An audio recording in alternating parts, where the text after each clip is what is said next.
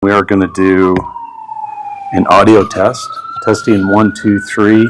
Testing 1, 2, 3. I believe we are live now, but we just need to make sure through our system, which takes about 40 seconds, to make sure that the audio is coming through. So as soon as we do that, I know I did that.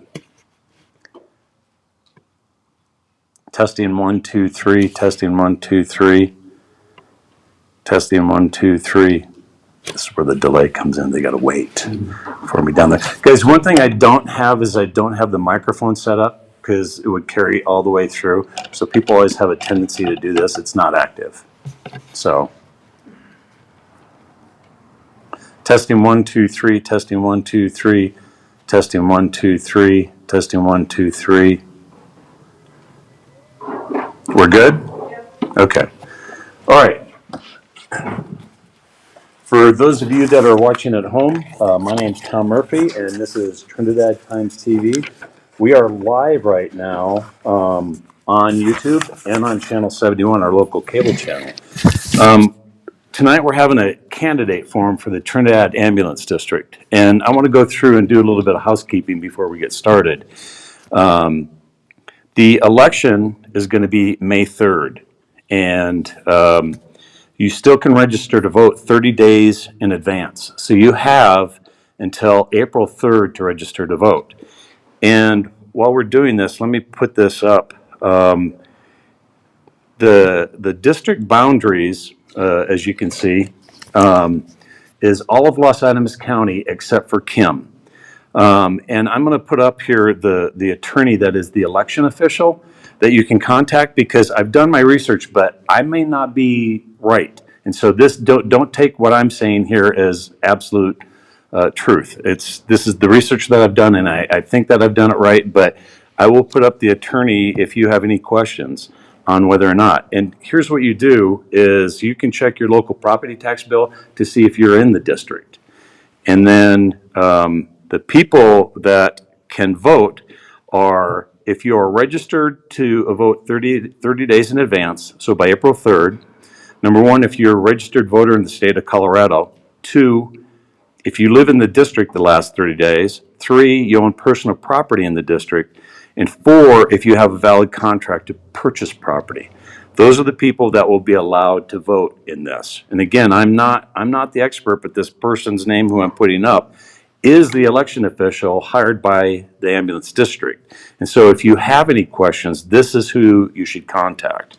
I believe his name is Brendan Desmond, and the address and phone number are there. So again, I think that the information I've presented is correct, but double check if you have any questions on this.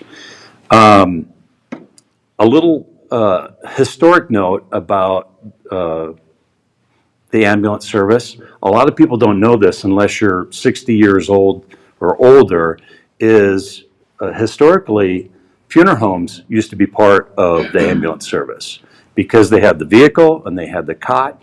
And I'm actually old enough to remember my father in the 60s still had a hearse that was an ambulance. They had light on them. They had what they called a jump seat. Former council member Anthony Matei told the story a number of times when I was interviewing him for city council about Malaire Funeral Home coming up to pick up one of his grandparents or whatever. A little bit of a conflict of interest, I think, it depending on how fast the ambulance driver drove. But back then it was a scoop and pickup. It wasn't necessarily where they were providing the care that they do now. So emergency medicine has evolved, and I've been at some of the ambulance district meetings, and it's continuing to evolve just in the last 16 years since we last did this. This is the second forum that I've done. The last one was 16 years ago.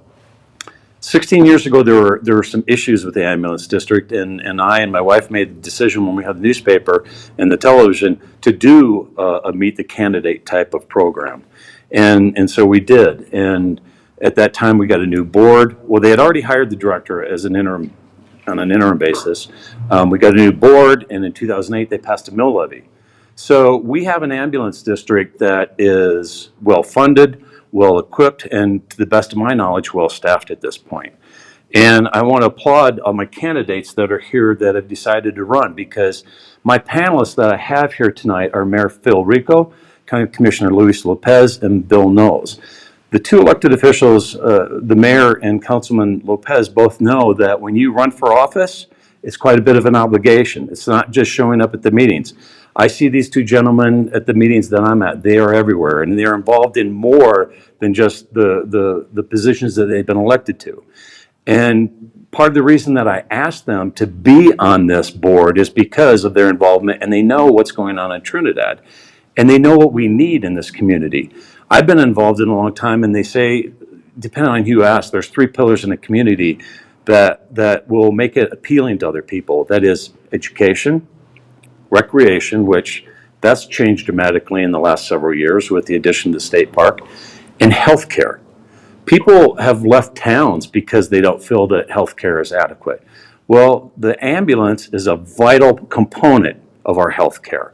And so I've figured with the mayor and Commissioner Lopez, and then Bill Knowles, who I've known since Bill's about 2010 when we met in Aguilar. Yeah. So, your role as a journalist, I thought that we could put together a really good panel of people that have questions. Now, the only thing that I said to these gentlemen is who, what, when, where, and why. The questions are theirs. I have no idea what they're going to ask you. That's all been decided by them. So with that being said, that's my panelists. What I would like to do, and I'll explain to people, is I think I've covered everything. We're going to ask the candidates to come up in alphabetical order. We're going to give them 5 minutes each to have an opening statement. I'm going to be sitting right off to the side here. And when we get to 1 minute, I'll hold this up here and jump up and down to let you know. You don't have to go the whole 5 minutes, but you're welcome to do that. I'll get my timer set. Our candidates tonight, and everyone is here. Sorry about that. Our candidates tonight are Andres De Leon. Did I say that right, Andres? Phil Martin, and this is the order that I'm going to bring you guys up. And actually what I do is when you're done, go back and sit down. Nicholas Materano, Leona Myers. Is Leona Myers? Yes. Joseph Richards, Sarah Rublood, and Zachary Shapiro. So we're going to have you guys come forward, do your 5 minutes, then we'll take you, after everybody's done, back in the back room.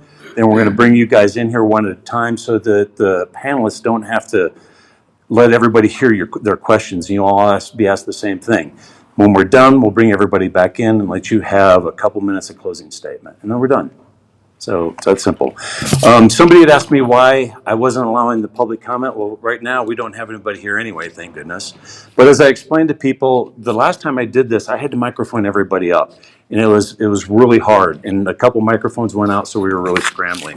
And I just thought it would be easier if I centralized everything and brought you guys up to the same podium. So give me a minute to get it set up here, and then we will start with Andreas. I'll call you forward here in just 1 minute.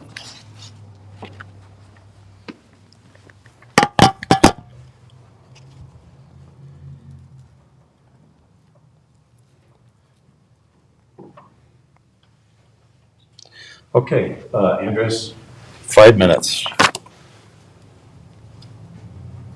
1 second here, let me get my timer. Go ahead and come on up here. Let me set the timer.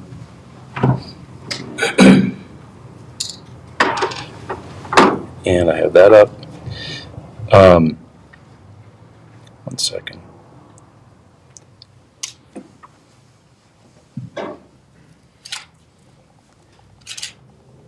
Oh, one last thing. If you would like to share a phone number and email so that people can contact you, please do that when you're done. Okay? So, and begin. Okay, my name is Andres De Leon, and I've been a long-time resident here in Trinidad. I am running for a board member to provide good quality care for our community in our county. I know there's been some issues that have arisen, and I'm just here. I want to be here to help. Pretty much. Did it? Okay.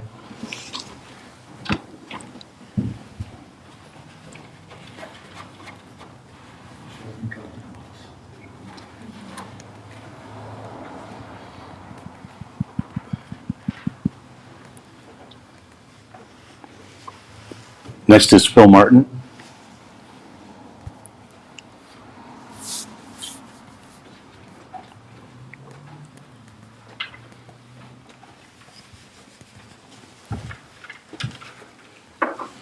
Good evening, everyone. My name is Phil Martin.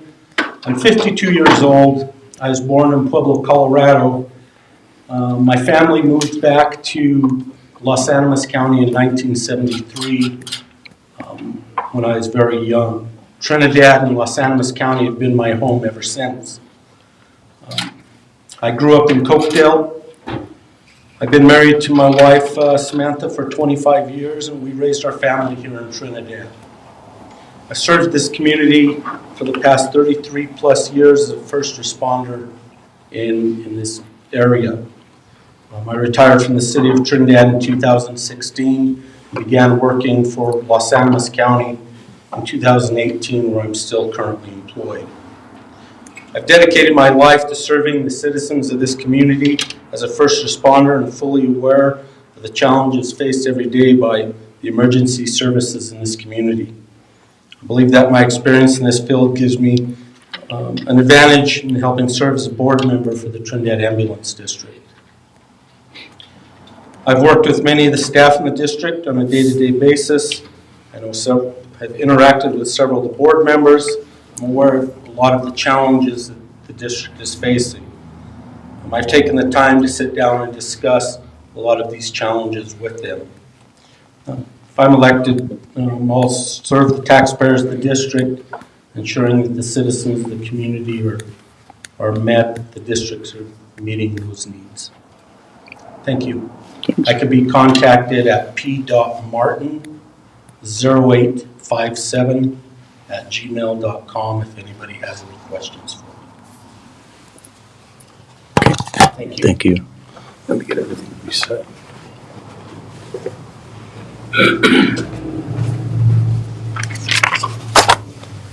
And Nick Moderano.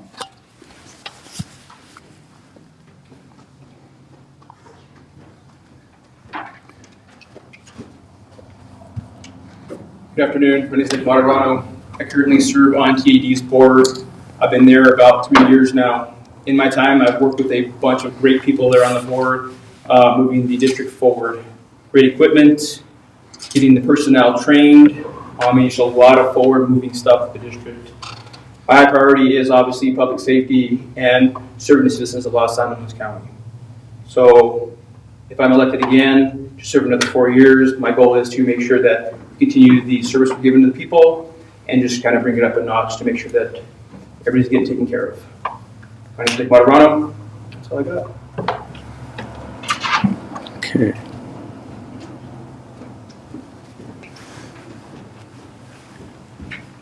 And Leona Myers.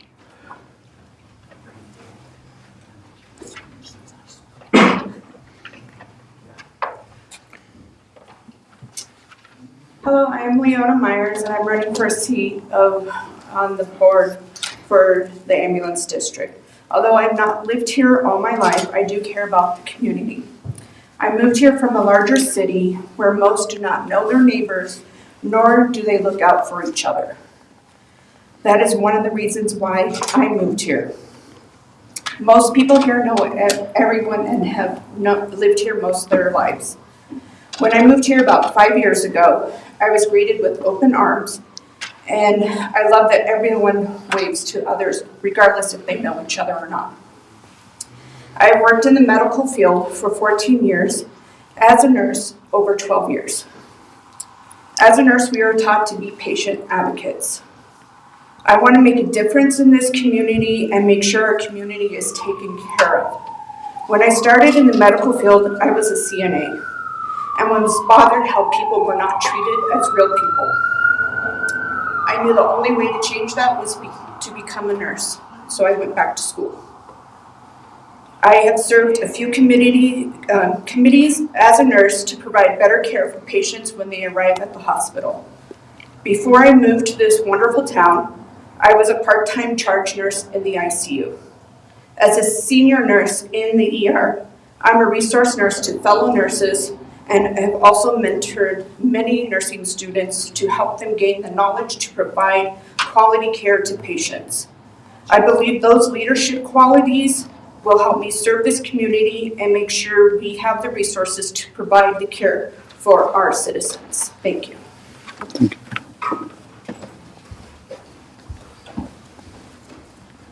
And Joseph Richards.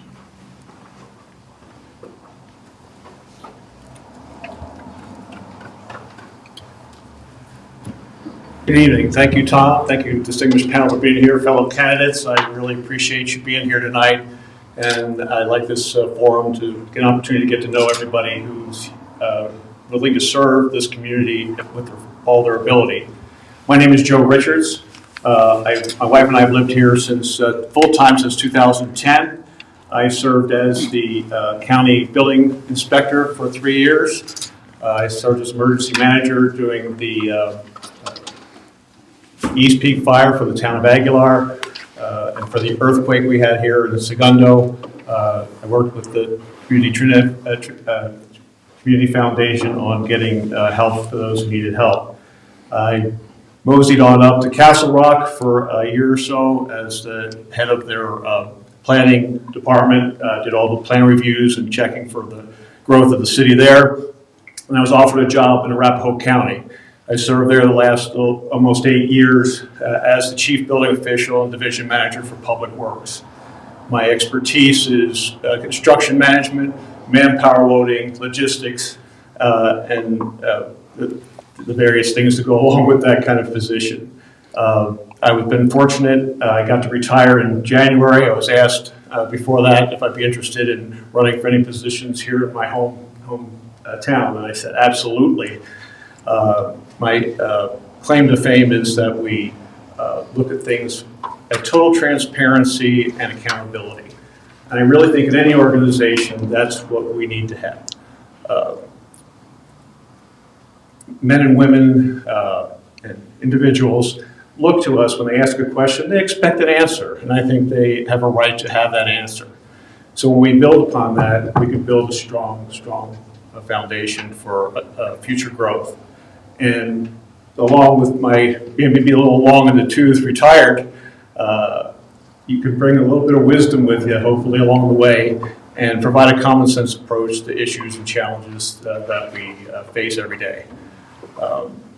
So I look forward to the questions from the panel, and looking forward to serving you on the board. My contact information, my cell phone is 719-946-1596, and my email is triadsteel, that's TRIADSTEEL @AOL.com. Thank you for your time.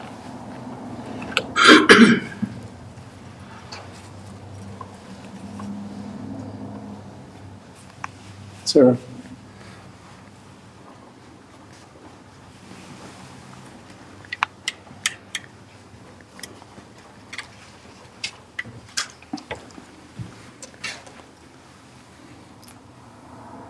Good evening. I'm Sarah Jane Rublood. I was born and raised in Trinidad.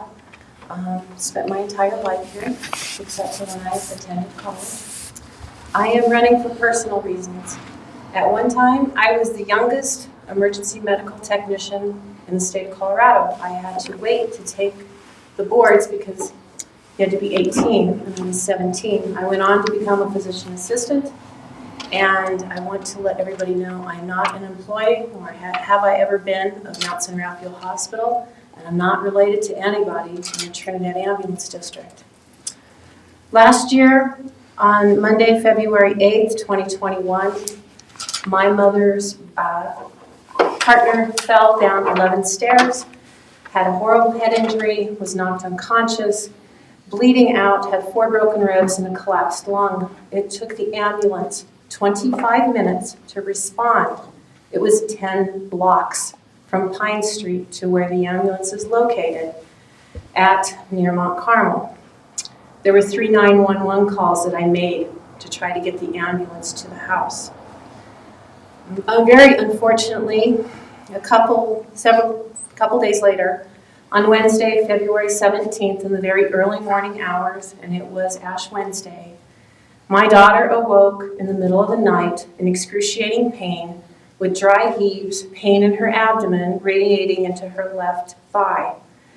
Took her to the emergency room, and she was diagnosed with a mass the size of a football in her abdomen. We needed to get her transported immediately to Parkview Medical Center.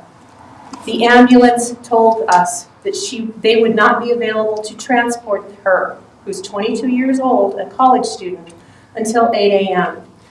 I made the decision myself to drive her. This was just before 6 a.m. Sally ended up suffering very greatly and irreparable consequences because of the delay of the procedure. When we arrived at Parkview, she was ashen gray, barely conscious. Thank God this mass did not break or she would have bled out in the car. But she grabbed my hand near the huérfano and said, "Mom, I don't think I'm going to live." The Trinidad Ambulance District is a tax district. They're not a private corporation, and they've been running as a private corporation. There is not any audits on their website. They are not filing with the Colorado State Auditor's Office, and I could not find anything in any state office that they have filed anywhere. Their financials are incomplete. In October, November, and December of 2021, it is not on the website as of last night. There's still nothing for their financials. They've been having Century down here do them. There are no salaries or expenditures. They appear to have $3 million in the bank and acquire over $1 million every year in taxes from all of us.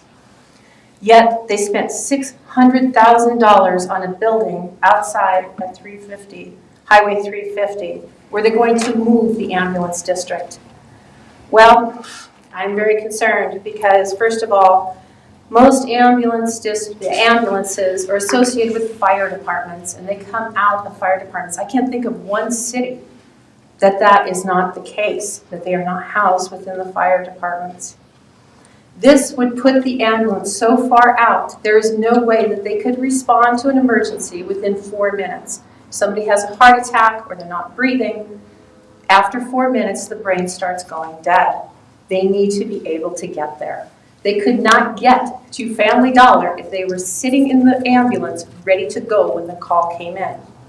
They have said that due to the communications over there near Mount Carmel, that is why they need to move. That building is not even 10 years old. The cornerstone reads May of 2012. The budget for 2022, or the allocation, passed in October, but not appear until January. There is no explanation of this. There is no attachments to this budget. EMTs and paramedics are to be 2 crews at 2 locations. Can't find the second location. They're working 24-hour shifts, but more likely 36 to 48 hours when I spoke to them. They should not be working more than 12 hours to be able to be competent when they are called for an emergency. A new medical director has been hired from Canyon City. Why? We have plenty of physicians here in town. Every person should be transported when indicated by a physician or a physician assistant. The Trinidad Ambulance should not be deciding and picking and choosing, and this needs to stop immediately. They need to be held accountable for their actions. And we're very lucky Sally didn't die. Thank you.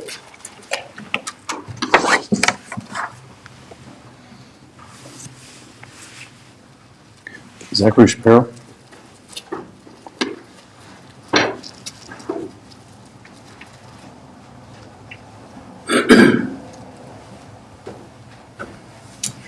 Hello, everyone.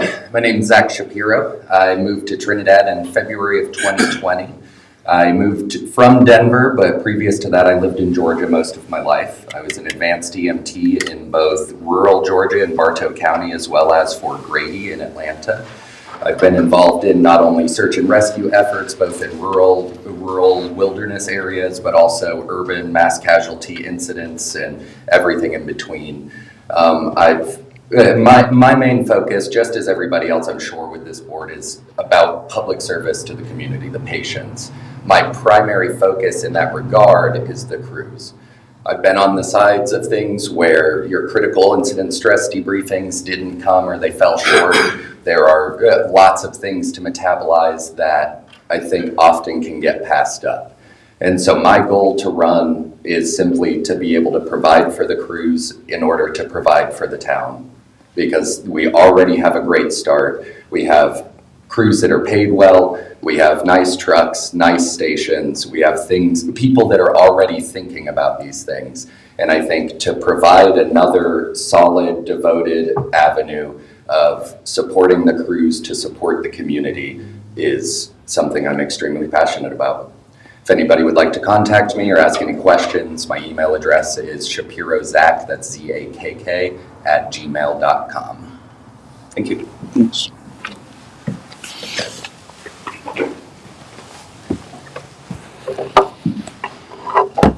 Well, for those of you watching at home, we're going to take a minute. I'm going to put up the election officials' information. We're going to take the officials into the back room, and then we'll bring them out here one at a time so that we can ask them all the same questions. So candidates, if you would follow me. Actually, we've blocked it off, but we'll walk around. That's okay. And actually, well, it'll be the same order that we usually do. So let's come on through here.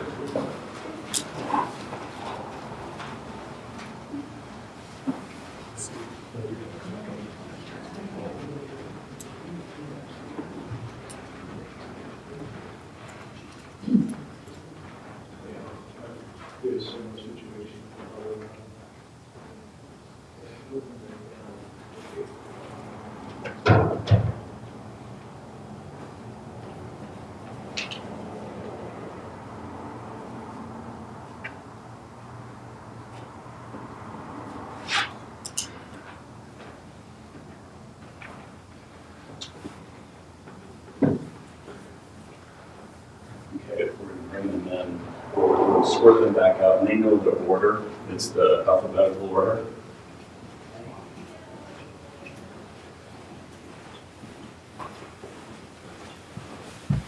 Let me take this off. Whoops. Come on up here, Andreas. And give me 1 second here, gentlemen, to get you guys in the picture. So that we have our This right here is my kryptonite. and we are good for you guys to begin. Mr. DeLeon, thank you for your interest in serving our community. We need more people wanting to serve our community in various capacities, and thank you for wanting to serve in this capacity. This has risen up in the past and some concern by some residents that the ambulance is currently armed with rifles of some sort. And I know that there's even been some concern within the police department as the reasons why they're armed, because typically if something happens, usually the police and the sheriff's department are typically there. And I don't know how many of the EMTs are actually deputized. I really don't know that. But what is your position on that? My position on that, I kind of thought about this a while when I first heard about that. I don't know if they're armed when they're driving around, or if when they come into the hospital. That's unaware. But my thought on an armed medic or EMT is they get confused on what role they're going to play in a stressful situation. Whether it be to care for the patient or care for whatever else is going on. That was my concern. It's just losing the ability to think of what their job is, what they're there for. Mr. DeLeon, thank you for applying and partaking in this. So my question to you would be, how would you handle making difficult decisions to ensure the ambulance district keeps fiduciary responsibility to our community? We need to be very translucent. I'm in a role right now where I'm constantly making critical decisions. I'm currently ED director. I'm ER nurse. But as far as the ambulance, it's just, like I said, being translucent, helping them make the right decision for the community. been my goal. Thank you. Mr. De Leon, thank you for running.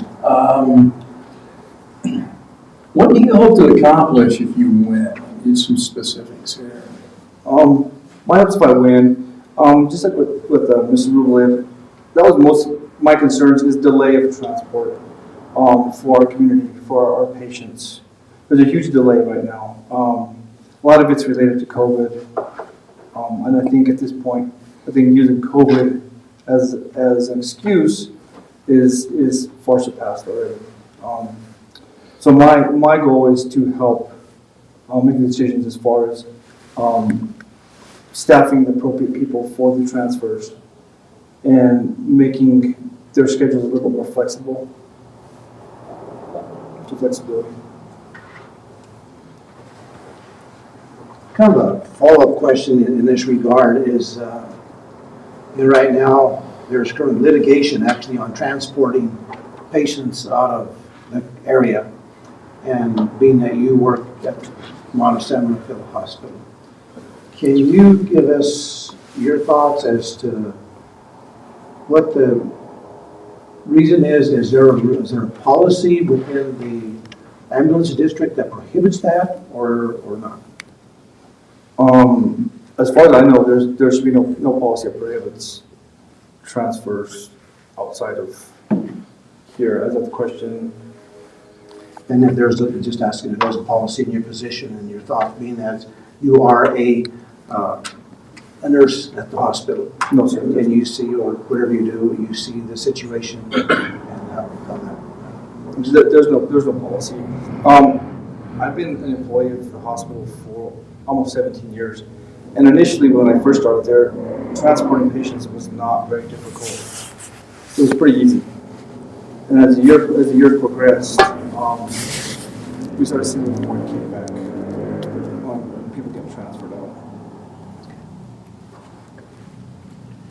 Mr. De Leon, on dealing with board of directors, there's always a lot of issues that come up being a board member. One of the most important parts of working on a board of a fiduciary responsible taxing district is the budgets. What type of experience do you have dealing with budgets and working through? I currently do budgets now. It's just basically making sure that you're using the money you have to provide the services you need for the community and the staff. Mr. De Leon, I'm curious, did anyone ask you to run, or were you just No, sir. convinced that you needed to do this job? I was convinced I needed to do this job to better help the community, provide better services, to help with TAD, with those, with that. As we see our community growing and the area growing, there's going to be more services needed as we move forward with this growth. What do you see as the greatest need in the near future and the future, not only in the near future, but further along? Well, as you can see, the community is growing. People are moving here. We are going to need more services, more staff to provide the care that these people need. Better working conditions. I know they're overworked. That's it. For my final question, Mr. De Leon, is why would you like to be elected to this board? And please briefly describe what other experiences that you have will assist you in serving on this board.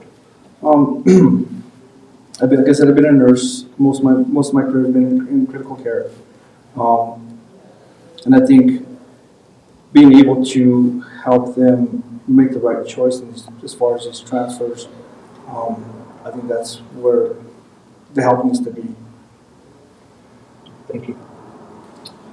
Okay, Mr. De Leon, the financial problems have been just continually nagging at Trinidad Ambulance District, at least in Rublood. As we heard, there's a list of issues financially that need to be looked at. How do you think that you're going to be able to pull the curtain back, so to say, so that people can understand what's going on with the money? I think I mean, not just myself, but I think all the board members will need to come together and help making these more accessible to the community, and to be able to educate them on what the issues are, where it's more understandable.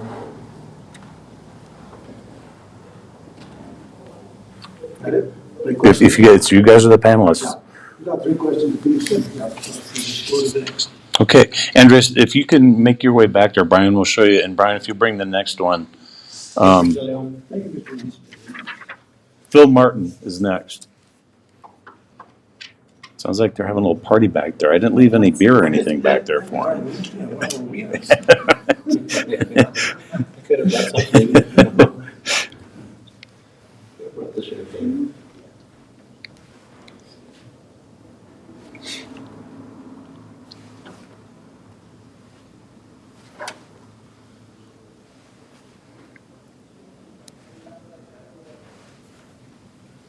But what are you doing?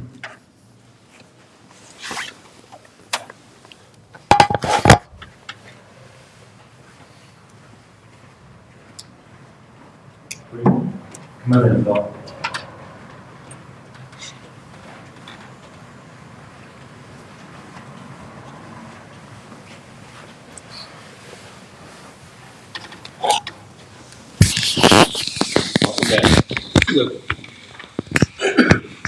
I'm up first. Yes, sir. Mr. Barton, first of all, I want to say thank you for your past service to the community. I know you've been pretty much a lifelong resident of the community, and you've been servicing in many capacities, and you're wanting to continue in this capacity. I want to say thank you for that, first of all. Yes, sir. First question I have for you is this, is that the ambulance district some of the vehicles or some of the EMTs, currently they're armed when they go in their vehicles. And I really want to know, I'd like them, the community would like to know, is that necessary? Because as a police officer, typically you guys are right on, with them. Typically when they show up, you show up as well, pretty close. Is it necessary for them to be armed? Okay, there's several parts to that. The paramedics are not armed. The ones that are part of what's called they're tactical medics. And the tactical medics are attached to the sheriff's office for emergency responses. The sheriff's office responds out to field emergencies, whether it's a violent person. We have to go out on marijuana enforcement activities.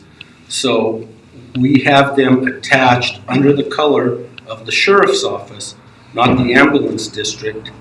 So they are commissioned by the sheriff's office in a limited capacity as a tactical medic.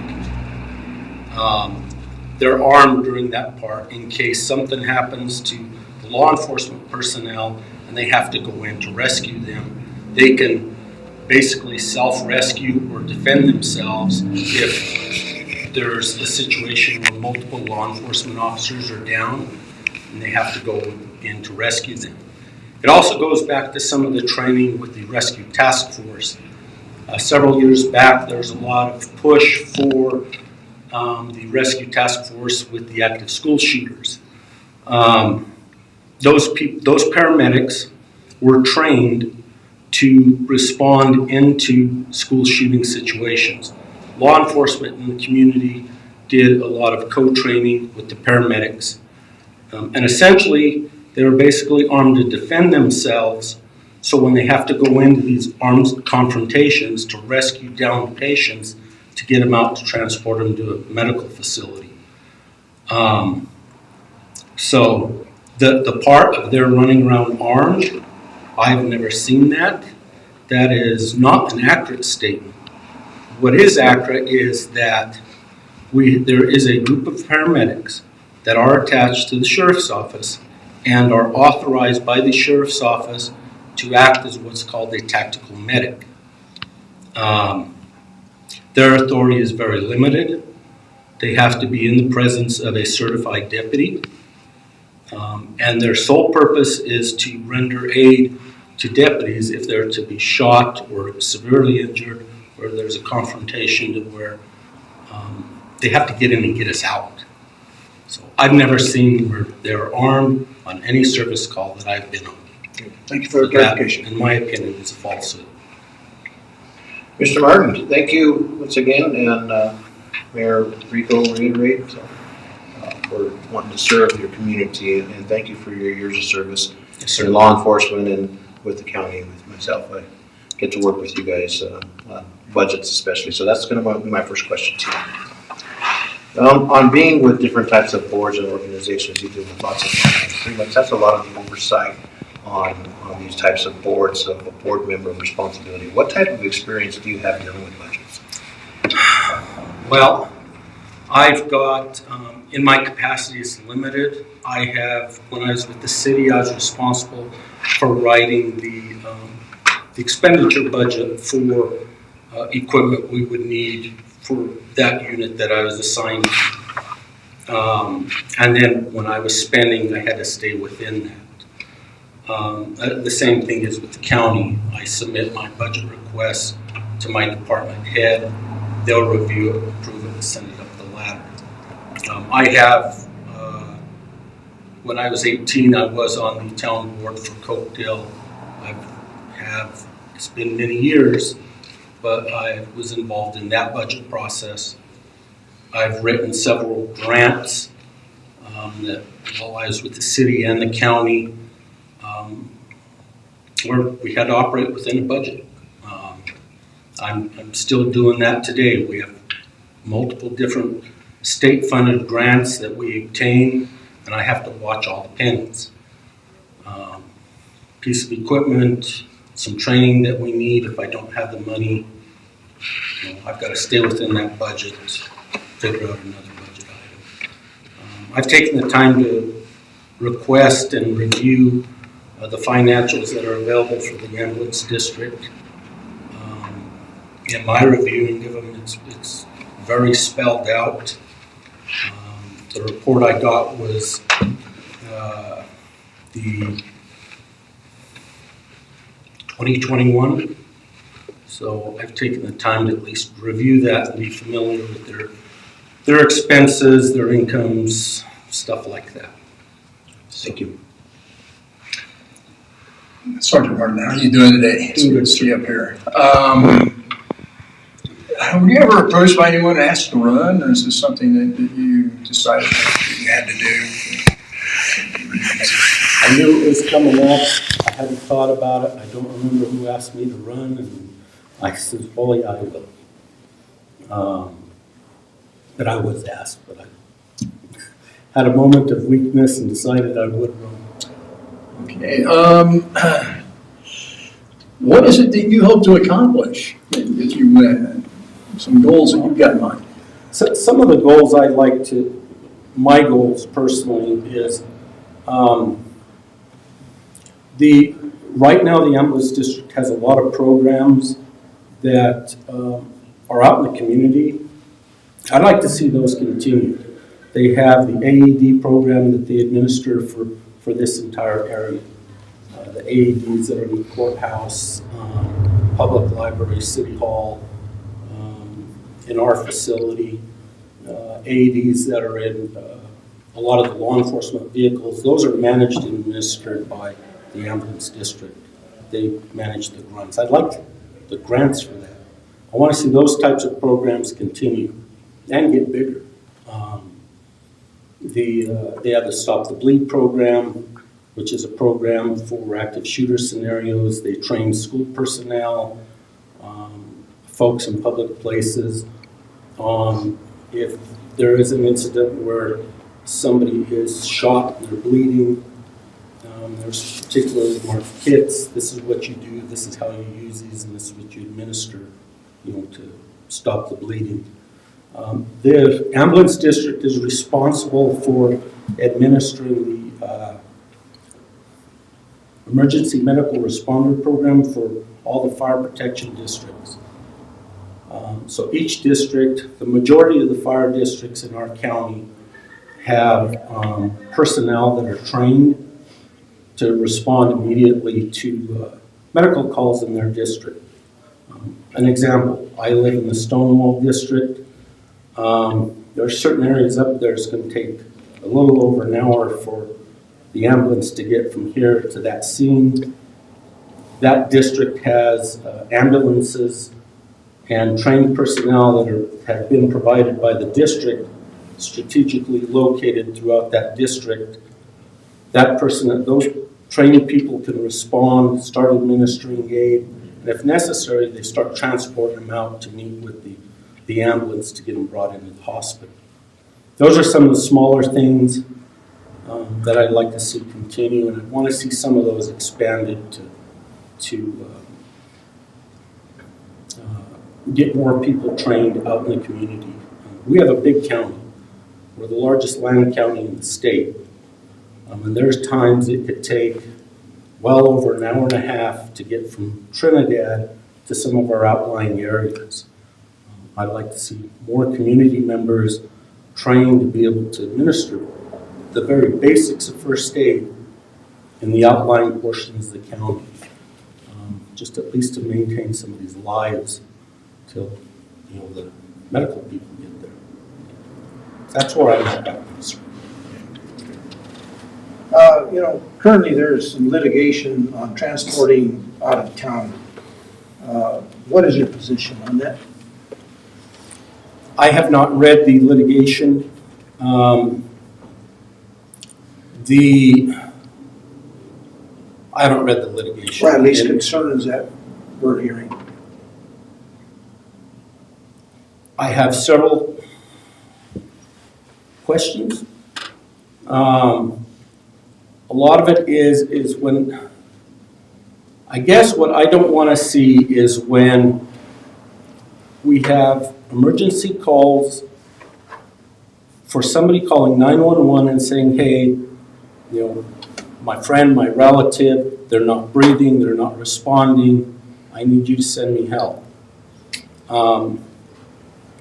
That's the first priority, but we need to come up with a solution to where that's the first priority, and then the secondary would be the other transports.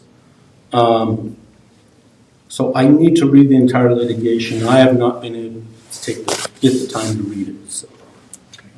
But I do know that one of the concerns on that was that an issue of fair compensation as a last resort payee. But those are issues I still want to read. Next question I have for you is basically on some of the judicial responsibilities. How would you handle making difficult decisions to ensure the ambulance districts keeps the fiduciary responsibility to the community and its taxpayers? As a board member, you have a legal and an ethical obligation to administer things within the law and correctly how they're supposed to be done. And sometimes that means making hard decisions. Every situation you have to look at, and if there's got to be a hard decision made, then it's your job as a board member to have to make that decision, irregardless of what your personal opinions and feelings are. Thank you. Also, looking at financial problems, we heard a short list of issues that could logically be, I think, linked to financial problems, delay in getting ambulances dispatched out to patients that have called 911, the transportation issue.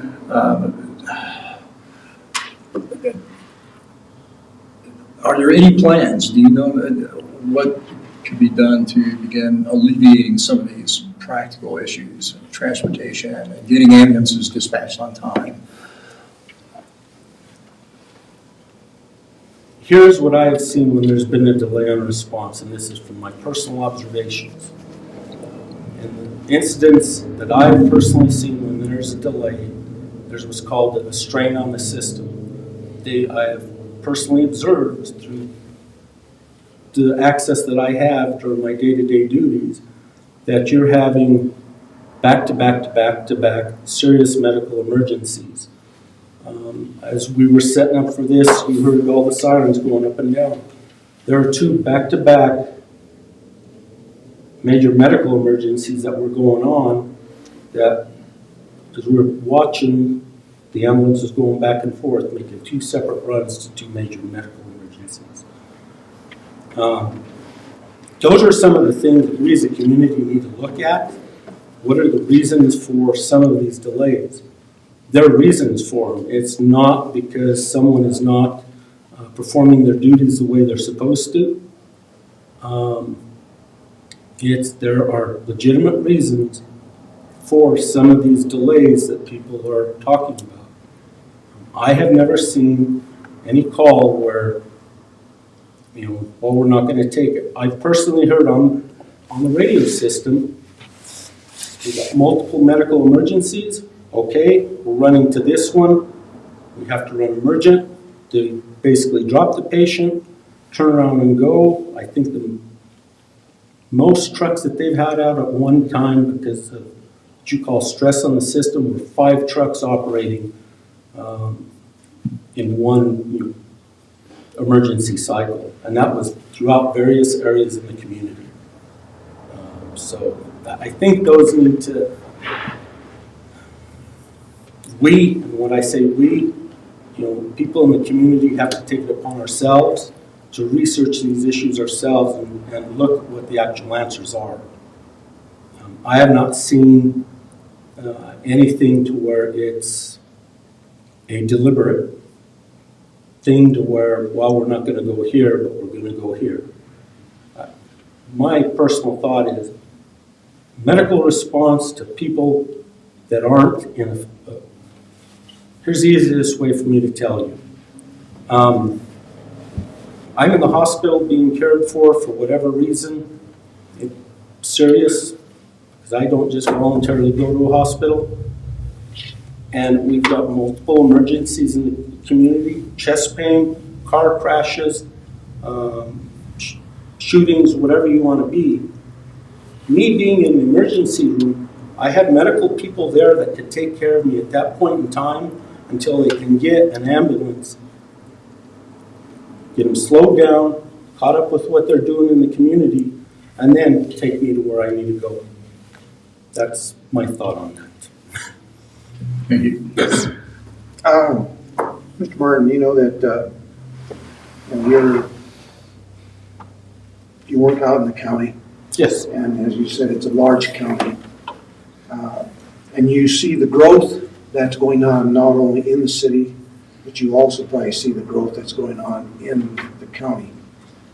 Being that it's such a large county, what do you see as the greatest need in the future for the ambulance service? They're going to have to look at expanding beyond just having a Trinidad Ambulance District station in the city of Trinidad. I don't know when in the future, but in the future they're going to have to look at putting stations further out. I mean, it's just because the call loads and the growth. I mean, there are areas that you go out to in this county that it's amazing to see where people are setting up to live at. And that's what I would see, is that they're going to have to start. I don't know if that would be a 10-year plan, a 5-year plan, but eventually that would be something that probably in the future they eventually have to look at. Mr. Martin, my last question for you is, why would you like to be elected to this board? And please briefly describe what other experiences that you have will assist you in serving in this board.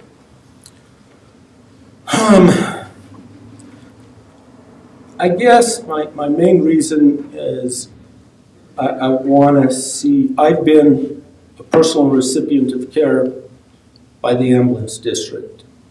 If it wouldn't have been for the people that came to get me, I probably wouldn't have survived long. I have a lot of faith in their abilities, not only from what I've received personally, but just out there working with them. And I want to continue to help giving that service to the community. And I'm sorry. Experiences that'll help you serve on this board. I guess the best experience that I can rely on is taking my experience and sitting down and having to critically evaluate things and look at each situation before I jump into making a decision. When I don't like jumping into, and we have to do it every day, but to be able to evaluate the situation and be able to make the correct and proper decision for taxpayers. We're spending their money. And I don't like making hasty decisions, and I think my ability to sit down and critically analyze things would be a good benefit for that. Thank you. Yes, sir. Hey, Mr. Martin, you talked about the possibility of the expansion of ambulance district out into the county a little further. Is there such an item in your master plan to begin putting that idea together to bring it into fruition in maybe 5 or 10 years? I haven't sat down and started looking at building that master plan for that, but that's something that I see that this community is going to need. And that would be something I'd have to sit down and really start, looking at how can we make that occur. Because that's going to be, it's a good idea, but it's a big venture because that costs money. Going to have to be finding locations to build those, to be able to have to staff those locations in areas that we're not real close to town to where we could get supplies when we need to. So, yeah, that's something I'd have to sit down and start designing that plan. Yes, sir. I think that's it. Okay, that's okay. Thank you. Thank you. Appreciate it. If you go back to the soundproof room, do not have too much fun back there. So Brian will take you back. Is that the same room we were in? No, I have him in the bigger room. Did you leave a deck of cards with them? I should have left a cooler of beer from. We could have got some real good answers.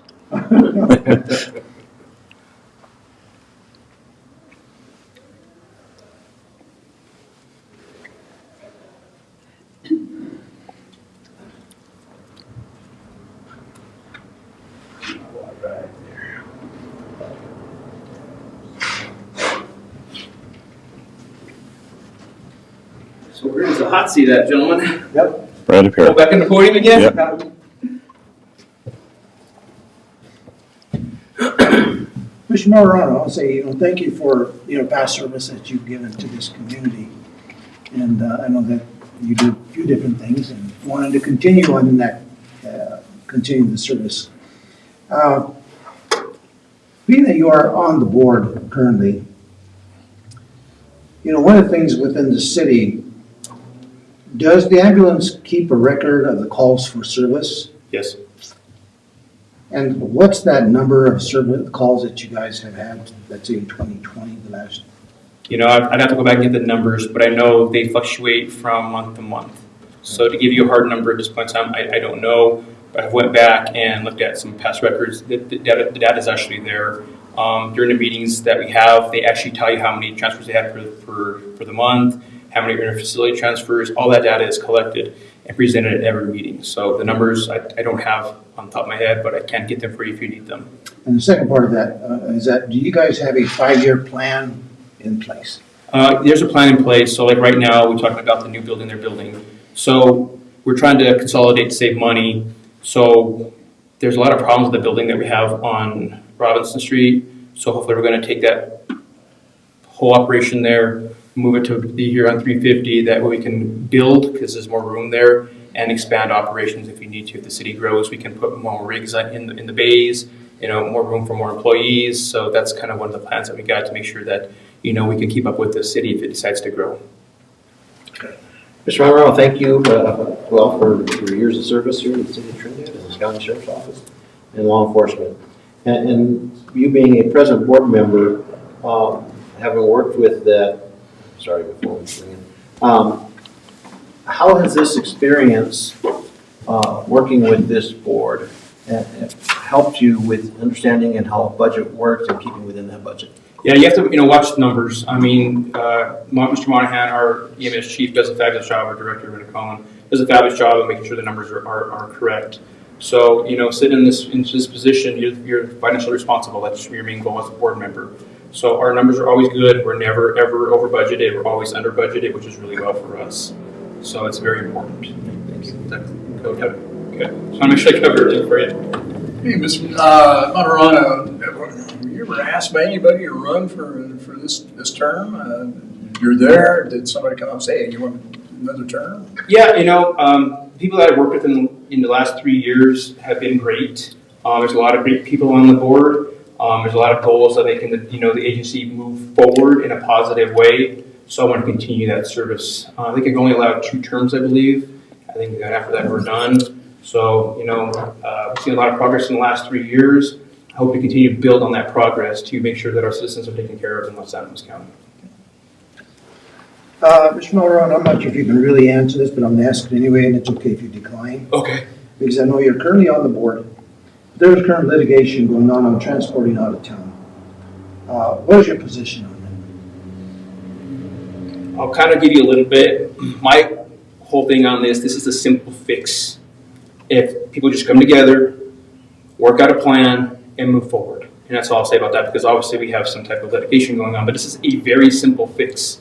Very simple fix. But it takes people to come to the table to hash out that problem and move forward. Do you feel like you need some kind of mediation, or is this litigation going to take care of that? Or I hope this litigation takes care of the problem and solves it. Like I said, it's a very simple problem to fix. Very simple. We just need people at the table, come together, formulate a plan, and move forward. Because from what you're saying is that you are financially sound, from what you're saying. Yes. So there shouldn't be any reason why not to transfer out of town. Correct. Mr. Matarano, again, with your experience on this board, on this ambulance district, my question with you is continuing, how will you handle making more difficult decisions, especially in the future, to ensure the ambulance district keeps fiduciary responsibility to our community? We just, got to watch our funds, watch how we spend money. The EMS deputy chief and the chief are constantly going after grants, bringing in a lot of grant money, so we're, able to help sustain some of that money versus using money from the general budget. So just stuff like that is, a positive way to bring new equipment, bring more stuff into the community, and move forward with our finances. Does that kind of cover it, or did I kind of miss something? Thank you. You said you've accomplished a lot over the last 3 years. Continuing forward over the next 4 years, what do you see getting accomplished? Right now, the main thing we have issues with is obviously stuff is very expensive. Even the cost of just regular meds, supplies, stuff they use on the rigs. That's stuff that's we have to take into account. So I don't remember what I was talking about. Okay, I'm sorry. Yeah, too many things going through my head here. But yeah, just things are expensive, and then just trying to move forward with that and building on top of that, and just maintaining everything that we have, and then just kind of building with our EMTs are going as from EMT to a paramedic level, and just bringing those people in to help fulfill our needs to the community. If that makes sense. I'm not sure how much of your funding comes from the tax base. And of course, I do know that you guys also bill individuals separately. But I've heard some issues in the past about billing through insurances, that there is a problem there. Can you let us and let the constituents of Yes, the county know what's going on? but sometimes we have problems with billing because sometimes people don't pay their bills, so then we got to send them to collections. We're working through another company right now to help with our collections portion of it, but sometimes that does become an issue. I mean, yeah, we get tax funding, but when we do bill people, sometimes they don't pay. So then we have to go fight that. And sometimes, it takes years for them to even have money come back our way again. So that does lead to a problem. But what about insurance billing? I heard that you guys are currently billing insurance? We do. We bill insurance, private insurance, Medicaid, Medicare, all that. Yeah, they're all being billed. Okay, good. Yeah. That's I wasn't too bad. Oh, yes, correct. Yeah, we bill all of them. Well, since you've already been on this group, as said so far for 3 years now, why would you like to continue being elected to this board? And briefly describe what other experiences that help you serving in the future. TAD has some great programs. I like being part of a forward-moving part of the community. They have a lot of outreach programs. One of the last ones we did was Stop the Bleed, which we got Stop the Bleed kits and put them out throughout the county schools, the city schools, basically every school in the county got Stop the Bleed kits. So programs like that are an incentive to our community to help them out and kind of be out there with people. I think it's a great organization. I mean, there's so much to talk about TAD. I mean, they're pretty good for where we're at in Trinidad, Colorado. We have great paramedics. We have great equipment. It's a positive place there for people to work. I mean, there's a lot going on at TAD. That's great for our community. Thanks, sir.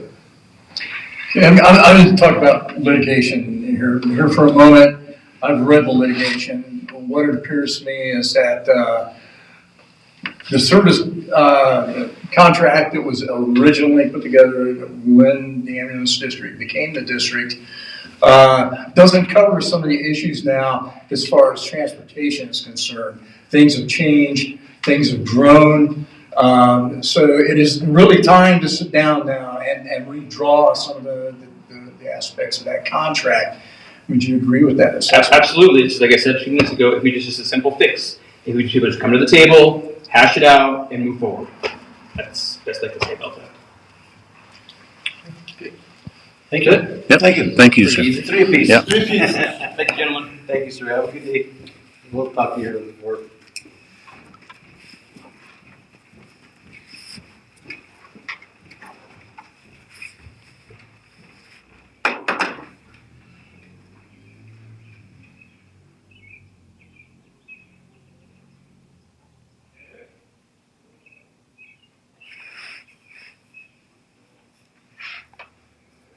I think we're hitting this about right time-wise, what I guesstimated on everything.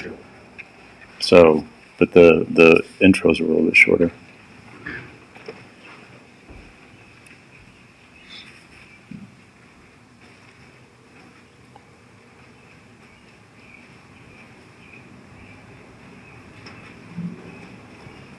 Leona, give us 1 second. You come up to the podium, but we'll wait for Mr. Lopez.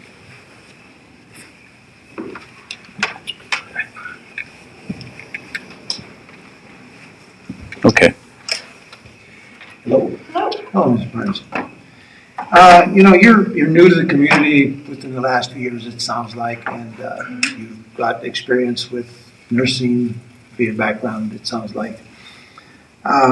Being that you're new and you've probably had some experiences possibly going on in the community, county, what do you see as the greatest additional need that the ambulance district needs to do? Well, as a nurse in the ER, that's probably one of the most frustrating things for us. One of the other candidates brought it up was the wait time for transport. It's frustrating for us. Like I said, we're patient advocates. We want to make sure patients get the care that they need and as quickly as they need. So when we first call out to the EMS crews, like, hey, we have a transport for you, and they're like, well, we're unavailable, we cannot do that until a certain time, or whatever other reason they have, we have to seek other avenues and other companies to come to do that. And are you finding those additional transport needs? Yeah, sometimes it's difficult. It depends on weather a lot. It depends on how far out the other transport companies are from us. And it takes longer for them to get to us to take those patients to higher level care. And I'm just going to add on to this a little bit. Where are these additional transports coming out of? Sometimes we can get them out of Lahana, sometimes we can get them out of Pueblo, we've been getting them out of Alamosa, and even in Springs, so. Ms. Myers, welcome. Thank you for throwing your hat in the ring to be part of this community and hopefully being able to have an opportunity to serve on this board. With boards, mainly board members' biggest responsibility is the budgets and making sure that they're stayed within. What type of experience do you have in dealing with budgets? Well, I was a single mom for a while, 3 boys, so I knew what it was like to make sure my checkbook was balanced and they had a roof over their head and they were well taken care of. We talk about budget all the time. What equipment do we have available, and do we need new equipment in the ER? So that's something that we discuss all the time. Thank you. Ms. Myers, you're new in Trinidad. Where were you from before you came to Trinidad? I lived in Arizona for 26 years. Big city? Bigger city. Bigger city. So looking at the ambulance district here in Trinidad and the biggest county in the state, what do you see needs to be done with something this big in relation to something that is not everywhere at this point? Well, being the biggest county and people are spread out, and that's the issue that we have here. Yes, we do have vehicles, we do have personnel. I work closely with EMS when they bring in patients to the ER. You know, they're out sometimes a couple hours on a call because they're out at the edges of the county. So when we get report on those patients, we try to have everything ready so when that patient arrives, we can quickly provide the care that they need. So adding more trucks or more personnel, that might be an idea to make patient care out in the field shorter, so they're getting to where they need to go. So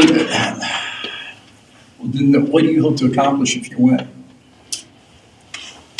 I want to make sure that our county citizens are taken care of. That's what I hope to do. That they get adequate care, regardless if it's by EMS or by the hospital or for whatever first responders that are there.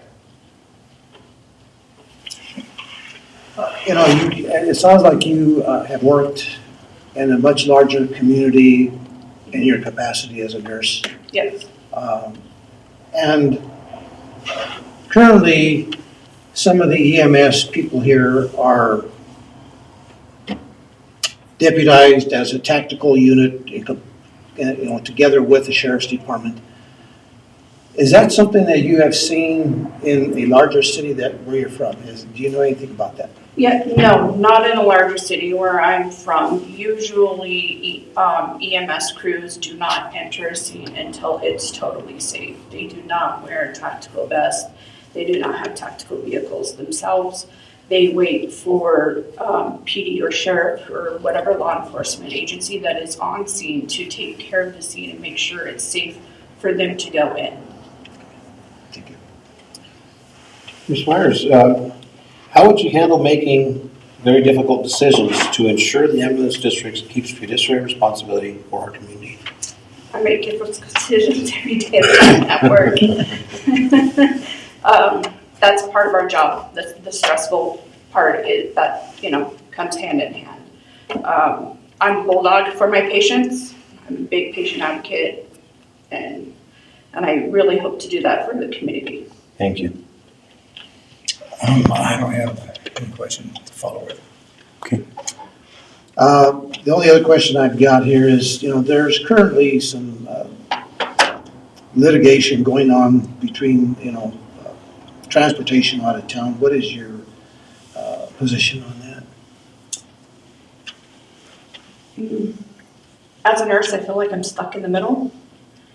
Like I said, I work hand in hand with the EMS crews. They call, they give us report, and when we take care of patients, they've stayed and they've helped us with patients that we've needed help with. it's frustrating because, like I said, as a nurse, I want to make sure my patients get care and that they get the care where they need to get it. If it's not from us, that they're transferred to a higher level of care.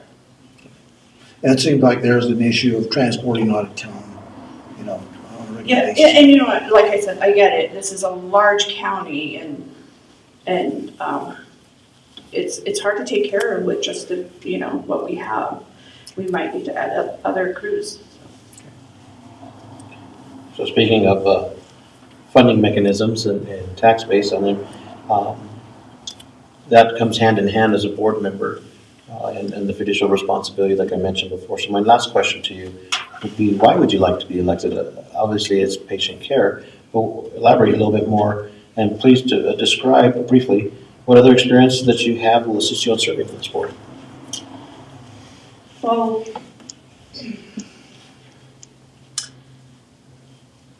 I have served on other committees at my previous city that I have worked and lived in. I am also one of the same nurses at BER, so I care about the people that come in. I care about this community. It's one of the reasons why I moved here was you don't get lost in the shuffle here. And I don't want to see anybody get lost in the shuffle here. I want to make sure everybody gets what they need, regardless what class or whatever that they believe in. Thank you. That's all we have for you. All right, thank you. Thank you, Ms. Myers.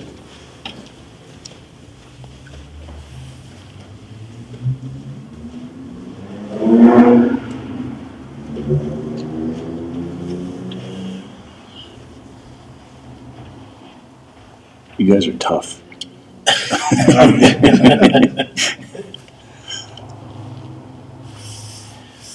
I'll try to keep the same for, but with different positions I'll try to massage the question into. You guys have been on the other end of this. That's why another reason I asked you. It's like so you know.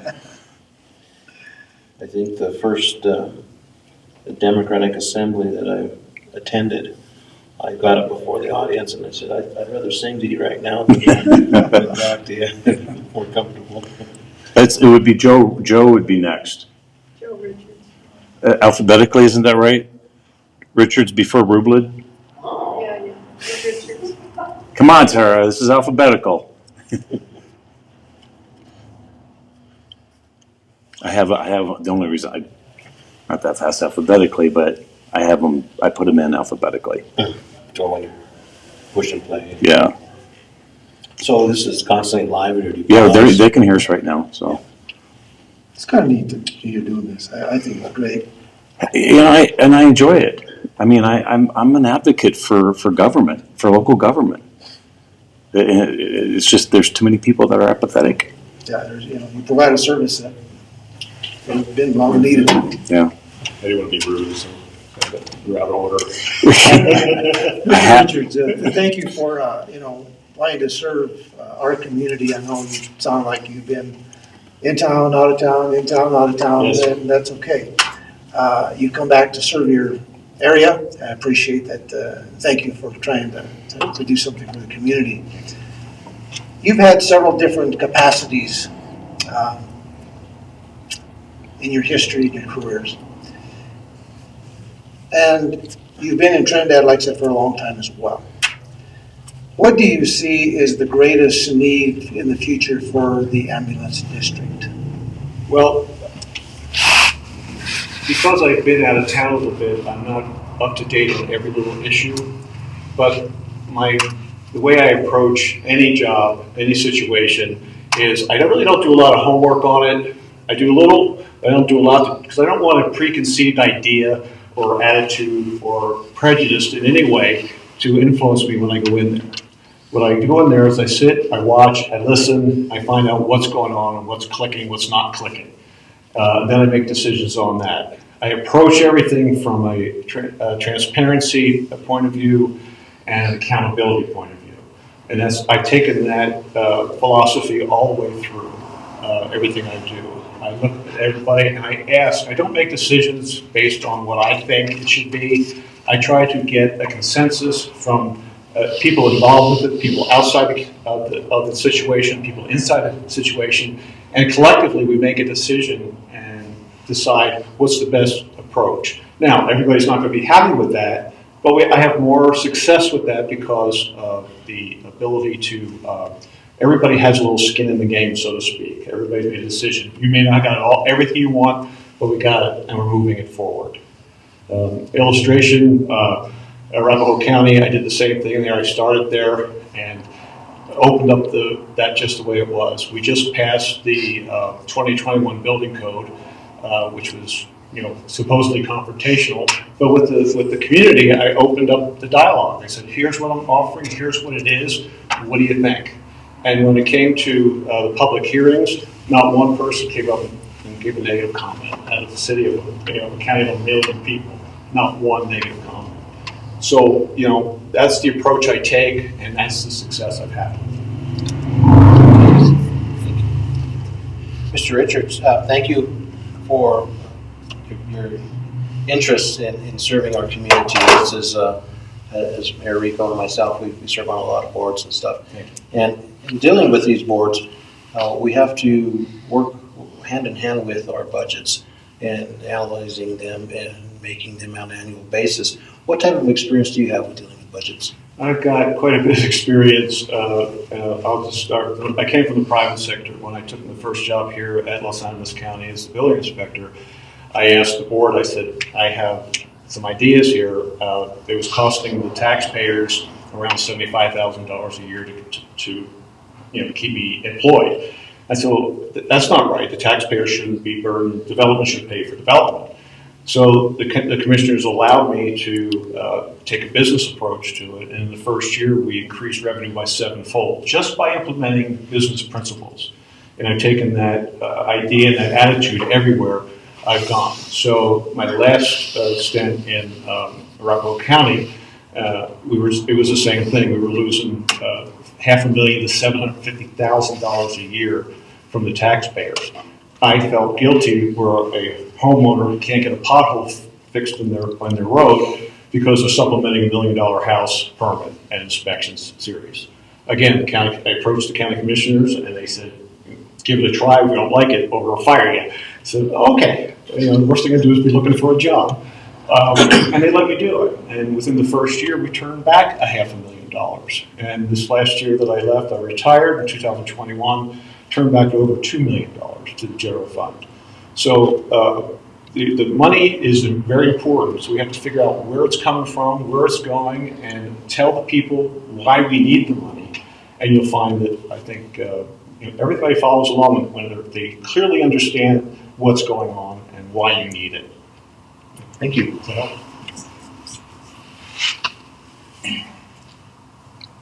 Mr. Richards, anybody approach you and ask you to run? Yeah, I had a couple of people ask me to run. Who were they? I'd rather not say. They asked not to be mentioned. Okay. If that's okay. First question. It's good. One of the issues that I know that you have the same issues that we have, the same issues. Whenever you have a meeting, and the only time it seems like people show up is when there's a real controversial issue. Yep. How do you, and it seems like the ambulance district kind of operates kind of obscurely in a sense, maybe they don't. But it's just, I really don't know how involved the community gets to get the answers for their questions. How would you approach that to try to get more community involved to ask their questions? My biggest approach, I think, would be going to the various organizations in the city and county and asking to speak at the various functions, Rotary, whatever the situations are that are available in the Trinidad, Los Angeles County area. And go ahead and talk to the people about what we do, why we do it, and ask questions. What do you think? What don't you know? What do you need to know? What would you like to know? And be, like I said, as transparent as possible and let them ask the hard questions. You know, the worst you can say is, I don't know, and I'll have to find out. But we have to be able to let people ask the hard questions and answer them clearly and succinctly. And if you don't know, don't be afraid to say, I don't know, but I'll get you the answer. And then and follow up with that. And people love that exposure.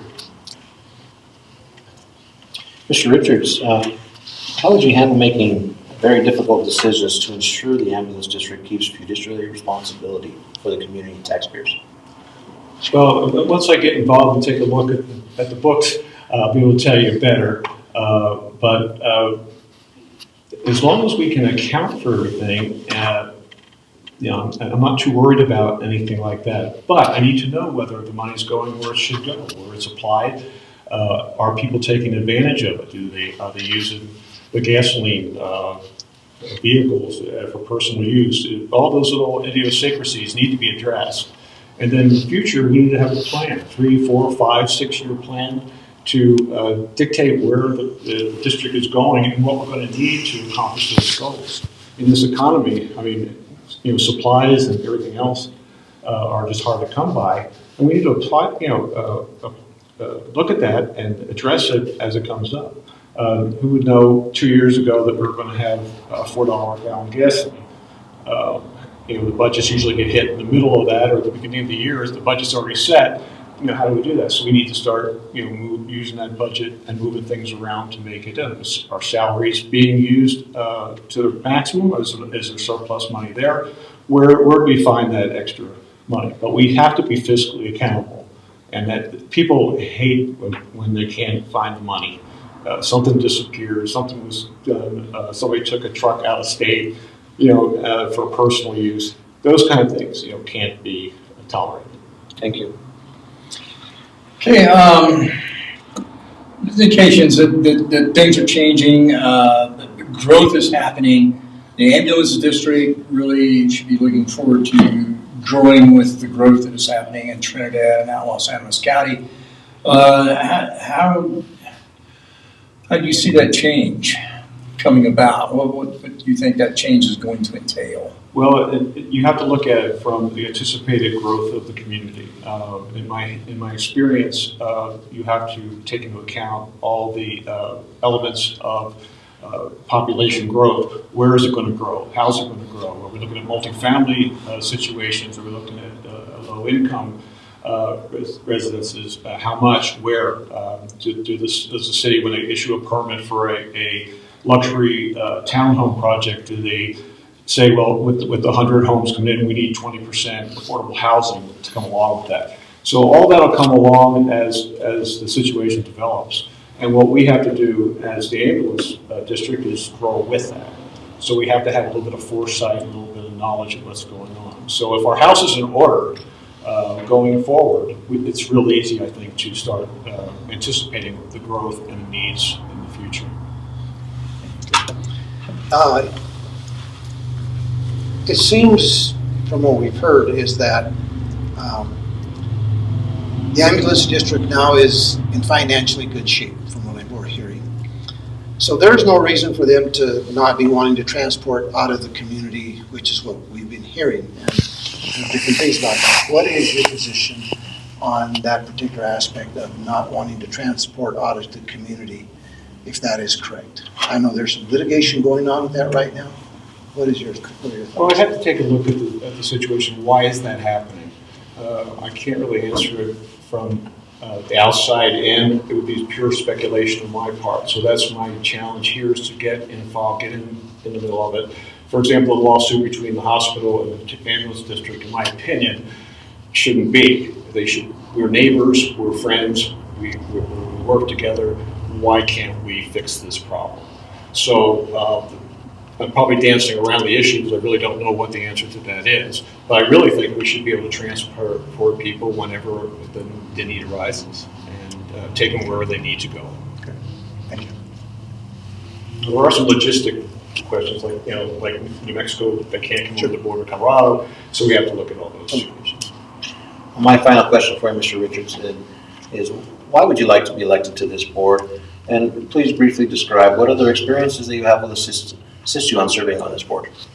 I would like to serve on the board because I was cleaning out my briefcase when I retired, and I found a card of all the things I wanted to do when I retired. It must have been in there 5 years, something there, because you never know when you're going to be retired or they retire you when you're working for a government agency. But I found one of the issues on there was to serve my community and give back to my community. I have this wealth of knowledge. I've been successful. I've failed. I've made mistakes. I've done all the things that happens in life. America can testify for that for me. And I learned from them though. And I think it's time for me to be able to impart some wisdom, take some of the knowledge. I struggle a little bit because in my head, I'm 30 years younger than I am, So my mind works in this circle where I go out with some of my friends who are retired, and they're quite content, watching the grass grow, and I'm just not built that way. So my life experience has been one of success. Any company I've ever worked for, any institution I've ever worked from, I left it better than I found it, and that's what I like to do with the ambulance district, is to try to just to offer some help and some guidance and some support in a positive way. Thank you. There's been some points brought up here by other candidates looking at the expansion of the ambulance district further out. What are your thoughts on that? Well, it depends. If the community's growing and the need is there, it's out of town, but it's really not that far out of town. And I'm a little philosophical about that because I've had to travel my whole life in construction. So moving something from A to B may be more practical. I haven't analyzed the new facility. What does it offer us compared to what the existing facility offers? If it doesn't offer anything more, then we have a problem. If we're just spending money to spend money, then that's a mistake. But if indeed it does offer a logistical or some kind of efficiency advantage, I would probably be for that. So I don't know yet because, again, I'm trying to sort all this out. I don't want to make any opinions until I have all the facts. Thank you, Mr. Richards. That's it? Good luck. That's it. Good luck. It didn't hurt. Thank you. It never does. Now Sarah can come.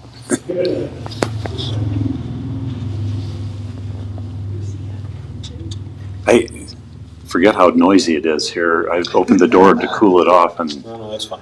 Yeah, we're good. Feels a lot better than It was hot. it was toasty.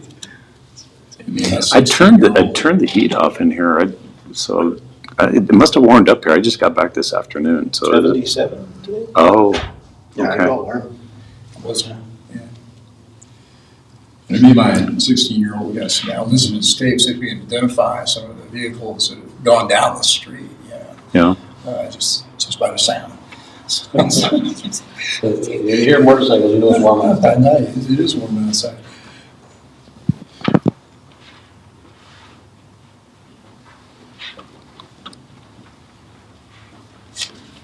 Now it's your turn. Sitting? No, it's podium. Ms. Rublood, first of all, say, thank you for wanting to throwing your hat in the ring here for a position on the ambulance district. And I know that, of course, from personal experience, why we do a lot of what we do, especially when it's your own hometown.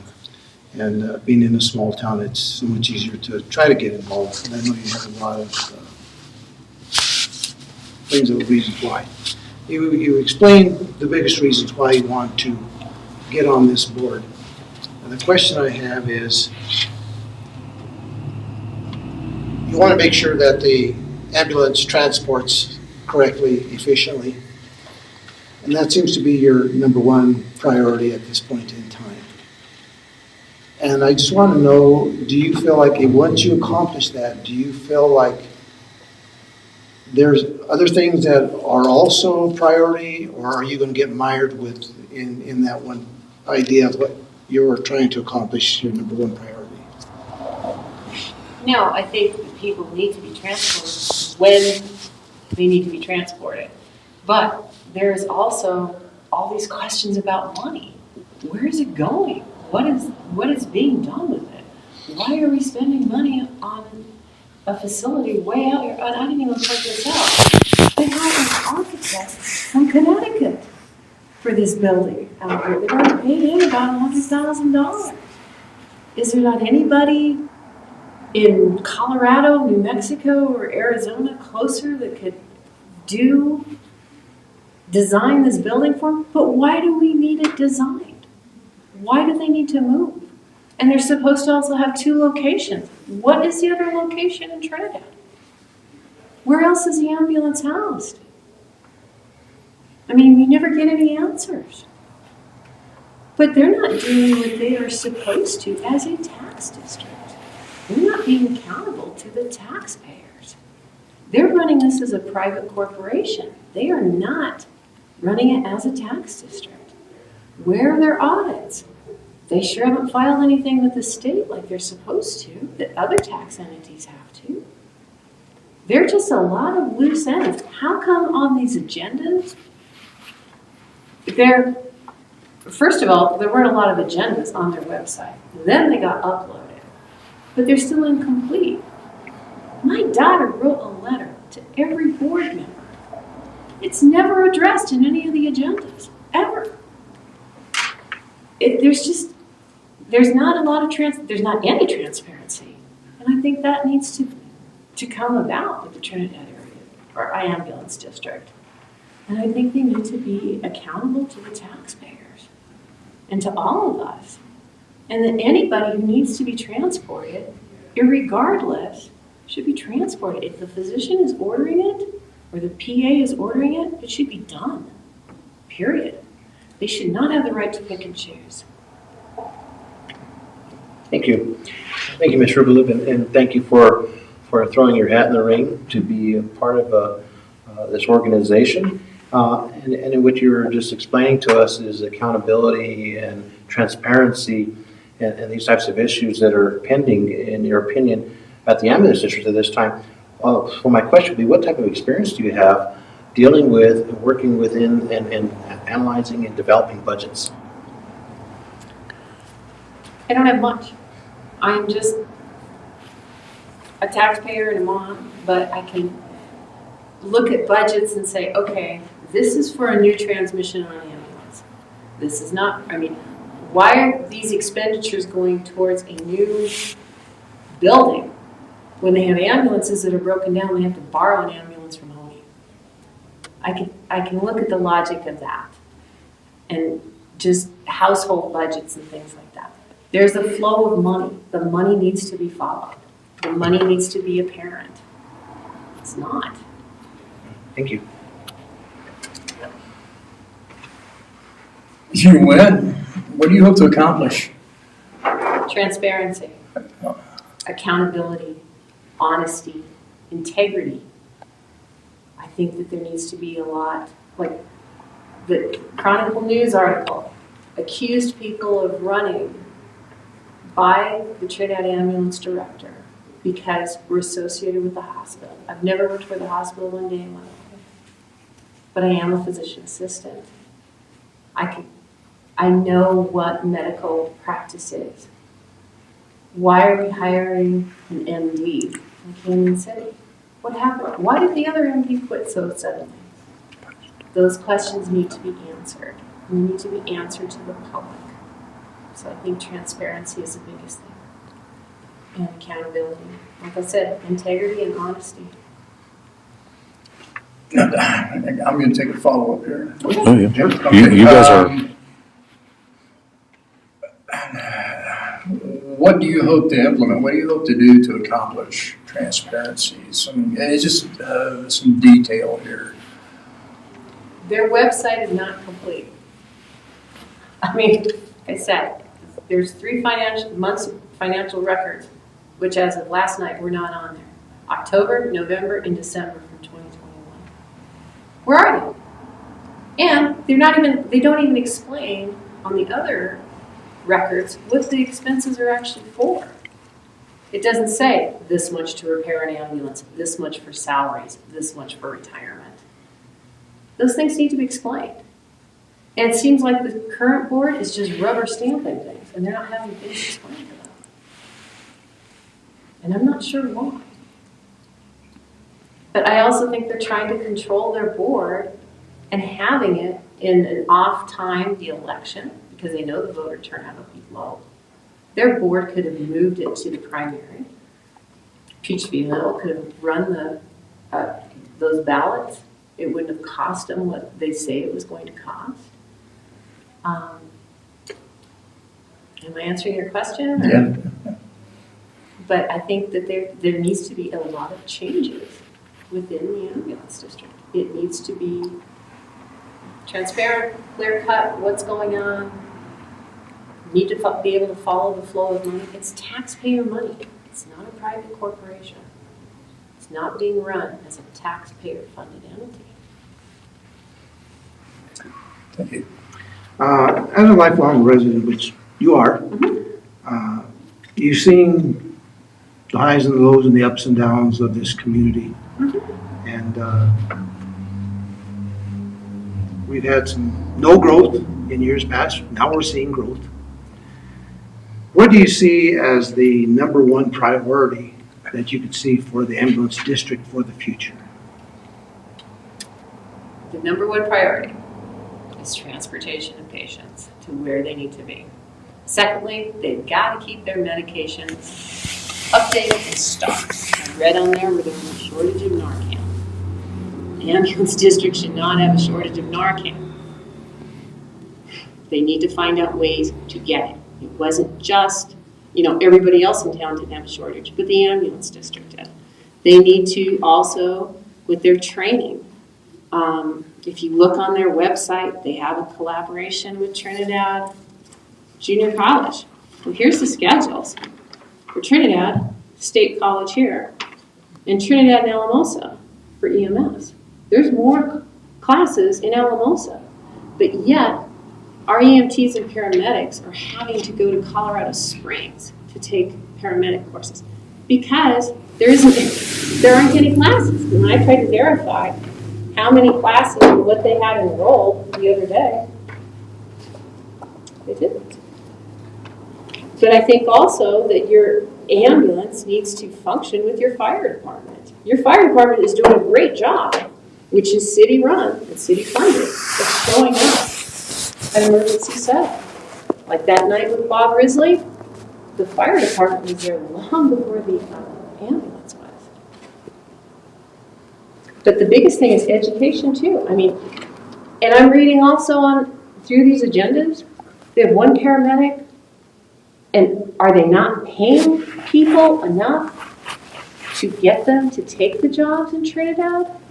What is going on? Or is it too many hours? Because I'm being told that too. They're on 36 and 48-hour shifts. That's just dangerous. That's dangerous to the individual they're giving treatment to. Because I will tell you as a PA, after 12 hours, your mind cannot think. You cannot think a weight and a dosage. I can't look at Tom and say, you weigh 210 pounds and this is the dosage of, atropine. You have to be able to think on your feet. And what is going on that we're having a lot of people here in these open jobs? So I think we need to think about that too. Mrs. Rublood, and I can hear it in how you're discussing and talking about difficult decisions and difficult situations. How would you handle making these difficult decisions with other board members and keeping the fiducial responsibility to our community viable and to our taxpayers? I'd be honest. I would show the other board members, here's the proof. This is what it is. This is where we could go if you make these decisions. If you make these other decisions, this is where it could go too. I think you need to be able to show other board members the outcome of your response and your reaction. Thank you. Hey, Ms. Rublood, you compare the ambulance district in a way to like the fire department, which is city funded. The ambulance district is a standalone tax district. Would you advocate then that the ambulance district be pulled into a governmental entity and funded by that governmental entity so that accountability becomes a more sure thing, that transparency is there because of its association with that government. You're kind of asking me two questions here. First of all, it is a governmental agency. It is a taxpayer-funded agency right now. There needs to be, but they are also allowed to bill insurance. They're still billing insurance on the side. So they're getting almost $1 million in tax dollars from property tax resources from inside the Trinidad Ambulance District area. Plus, when they transport a patient, they're still billing Cigna and Medicare and Medicaid and whatever entities are out there. So they are getting double funded, not just taxpayers. So, yes, there needs to be more clarity of what is going on because they are already a government agency. They need to answer like the state auditing. And why aren't they having an audit every year?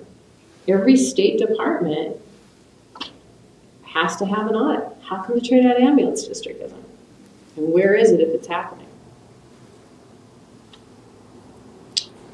Does that answer your question? Or, Partially, yeah. okay, ask me the rest. What else? That's all I'm. Fill your wallet. If I'm not answering something fully, please.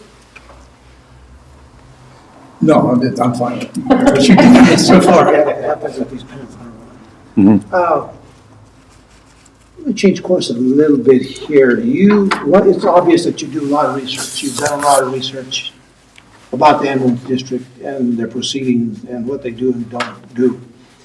You also talked about education. You talked about the EMS people having to go out of this community to get their trainings. Can I give you these so you can see them?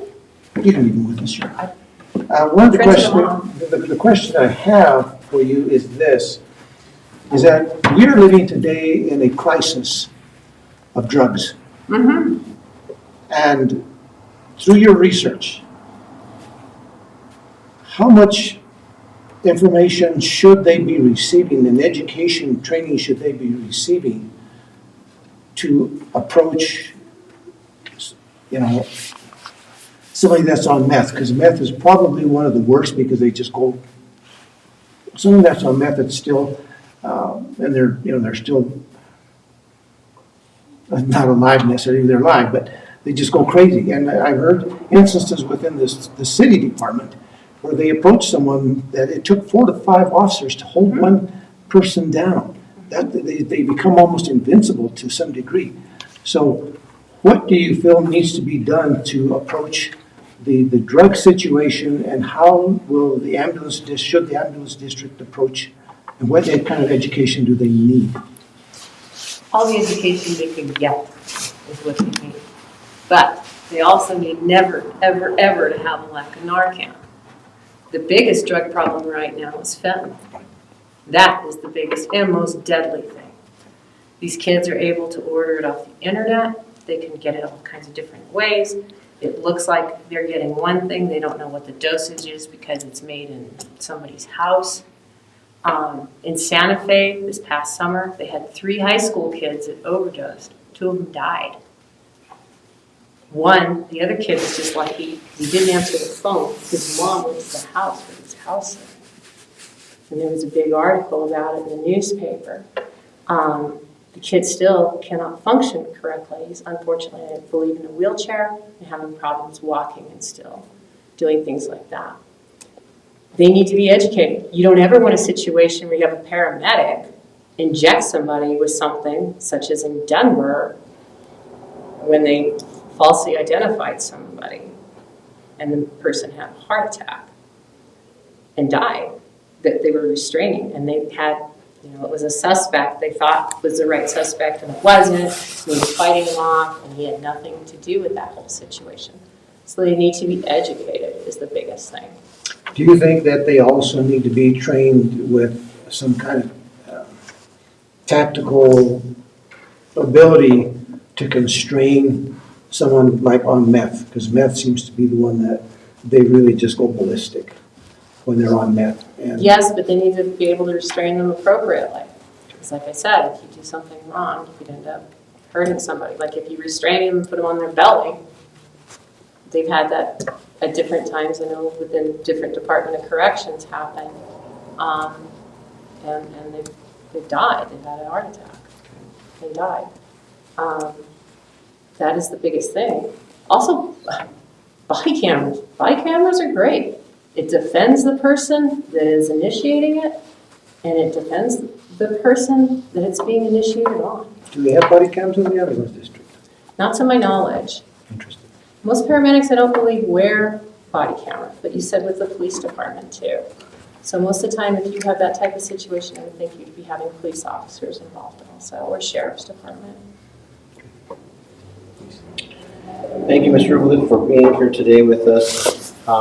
We've touched on a lot of different issues, and you kind of gave us a lot of insight on why you would like to be on this board and what you plan to achieve or to get your point across. So my question, I'm going to change it somewhat that I have for the rest of the folks because you've gone into detail on that. So basically, my question would be manipulated to how will you be able to work with the other board members moving forward in getting these difficult decisions made moving forward with this Eminence district for the community? Well, first of all, I think you need to be able to communicate with the other board members and find and explain, hey, what has been going on here? Ask questions. Be willing to ask who, what, where, when, and why. And to be able to work with them. I mean, it's kind of interesting. They hired a new medical director. They don't put what the salary is going to be. Dr. Borse is on the board. There are other physicians in town too. Why is that occurring? What cost is that going to cost us? The biggest thing is asking the tough questions about why did this happen? What are we going to do to make it better for all of us? I think Trinidad deserves the best treatment for our patients. It doesn't matter. We shouldn't have to wait till shift change. If I would have waited till shift change, Sally would have died. I don't think, and thank God I actually had Bob's car because we were going back and forth to the hospital in Parkview, and that's the only reason I even had the car, because my car wasn't good enough to go on the highway. Thank God I had it that night. But I think Trinidad deserves better. Trinidad deserves better treatment of their patients, from the hospital, from the ambulance district, everybody. It shouldn't matter what social economic standpoint they are in their lives either. You shouldn't pick and choose one over another. And you also shouldn't be working people 36, 48-hour shifts that they're too tired to go up to Pueblo and back, and they don't want to have to pay them overtime because they wouldn't be back by 8 o'clock in the morning if they would have taken my daughter. That's wrong. That's unethical. It's immoral. Nobody should have to suffer like that. Thank you. Anybody approach you and ask you to run for the ambulance district? No. So it's just a decision you made on yourself because of what you've seen? Because of my situation with my daughter. Okay. No parent should ever, or any person should ever have to go what we went through, or patient. Like I said, Sally has received damage that will never be resolved. There's not a day that goes by that I don't think about it. And I wish I would have made the decision to stay on I-25 instead of getting off of that Kit Carson byway to go to Mount San Rafael. I wish I would have just kept going to Park. And the doctors, when we arrived, they're like, oh, they fly you in? I said, we flew all right, as fast as the wheels would go. It was the scariest morning of my life. And then for the next 5.5 hours, I had no idea where she was. They never even put her name on the board. I just sat there and waited until they came up. But it would have been a whole lot worse had I not taken her. How many other people can't take their medicines because of their age or they don't have a car or whatever? Trinidad Ambulance District does not have the right to refuse treatment and transportation to somebody. And And that's what happened, because it was too close to shift change. That's when I made up my mind I wanted to run. Thank you. Thank you. Thank you.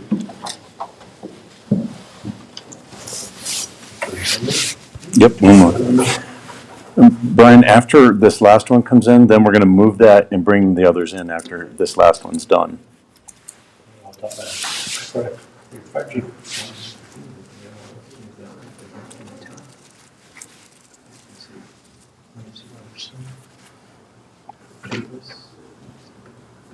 My background's about it. She said they're not being taught here, but it said right there they are. There's some, but not much, right? Yeah. Probably, in my opinion, probably be a lot larger student base. Larger university. Larger enrollment, larger demand. Larger enrollment. Howdy. Hi. The rest of the Mohicans here. Yeah, bringing up the rear. Once you said alphabetical, with my name, I'm always aware I'm at the end of the list. Then when I've got time, I'll stretch. Anyway, first of all, I want to say thank you for, trying to get involved in our community. And it sounds like you have had some pretty good past experience. And it's good to know that people are applying that have past experiences. And as a newcomer to the community, how long have you been in town now? February 2020, so just over 2 years now. 2 years. During that time frame, you've had a little opportunity to probably see what's going on medically, in the medical profession, and ambulance service. As you probably can see too, that Trinidad and the area of Los Angeles County is growing. What do you see as the greatest need that this area would need going forward for an ambulance district? I think the greatest need for this area is ultimately going to be adaptability, because right now we've got some decent resources as far as equipment and things like that go, but with the way things are changing and with how wide this county is and all of the backup stuff that Trinidad Ambulance does for rural areas throughout Los Animas County, I think a board, a director, people that are willing to be adaptable and address whatever things come up as they come up in an appropriate manner without being too afraid of them, I think is the best way. I think that's the most needed thing. That's kind of how everything's going in Trinidad, is there's plenty of people that are coming in, there's plenty of people that are still here, and all of the above seem to be an adaptable group. And whether it's industries in the city or things like medicine, it seems to be that Trinidad has stayed on the forefront. So I think adaptability going forward really is the thing that we need the most. Okay. Mr. Shapiro, thank you for being here tonight. Absolutely. Thank you. And handling our questions. So we're coming to the end of the night here, and some of our questions are changing somewhat, just slightly a little bit. Yeah. But my question for you is the experience in dealing with budgets and so forth. And are you still, you mentioned during your opening speech is that you were heavily in the medical field or the emergency management or emergency field. Mm-hmm. Are you still in that industry here in Trinidad? I'm not. I'm currently a general manager for the Trinidad Lounge over on Commercial Street. So it actually brings me to why I wanted to run for the board as well. But to answer your question directly first, budgets are something that I have been involved, being with a rural service, I have been involved with our service director that in talks about different funding and what the service feels like it would need, and especially things to do with, we had a lot of what are they called? We had a lot of state land, and so we had a lot of areas that we needed specialized equipment to be able to go out and get people and have proper access. And so budgets are something I have been involved in, and it's something that, while it's not my strongest suit, I was in the field for 6 years, it's not something that I was ever the administrator of, but it is something I've been exposed to. But at the end of the day, I think it comes down to focusing on our people, because it's something that, like throughout all my time, there was a lot of focus on the equipment or the stations or things like that. But there's not as much focus on the hardships that the crews are going through every day. Okay, thank you. Mr. Shapiro, welcome. Thank you.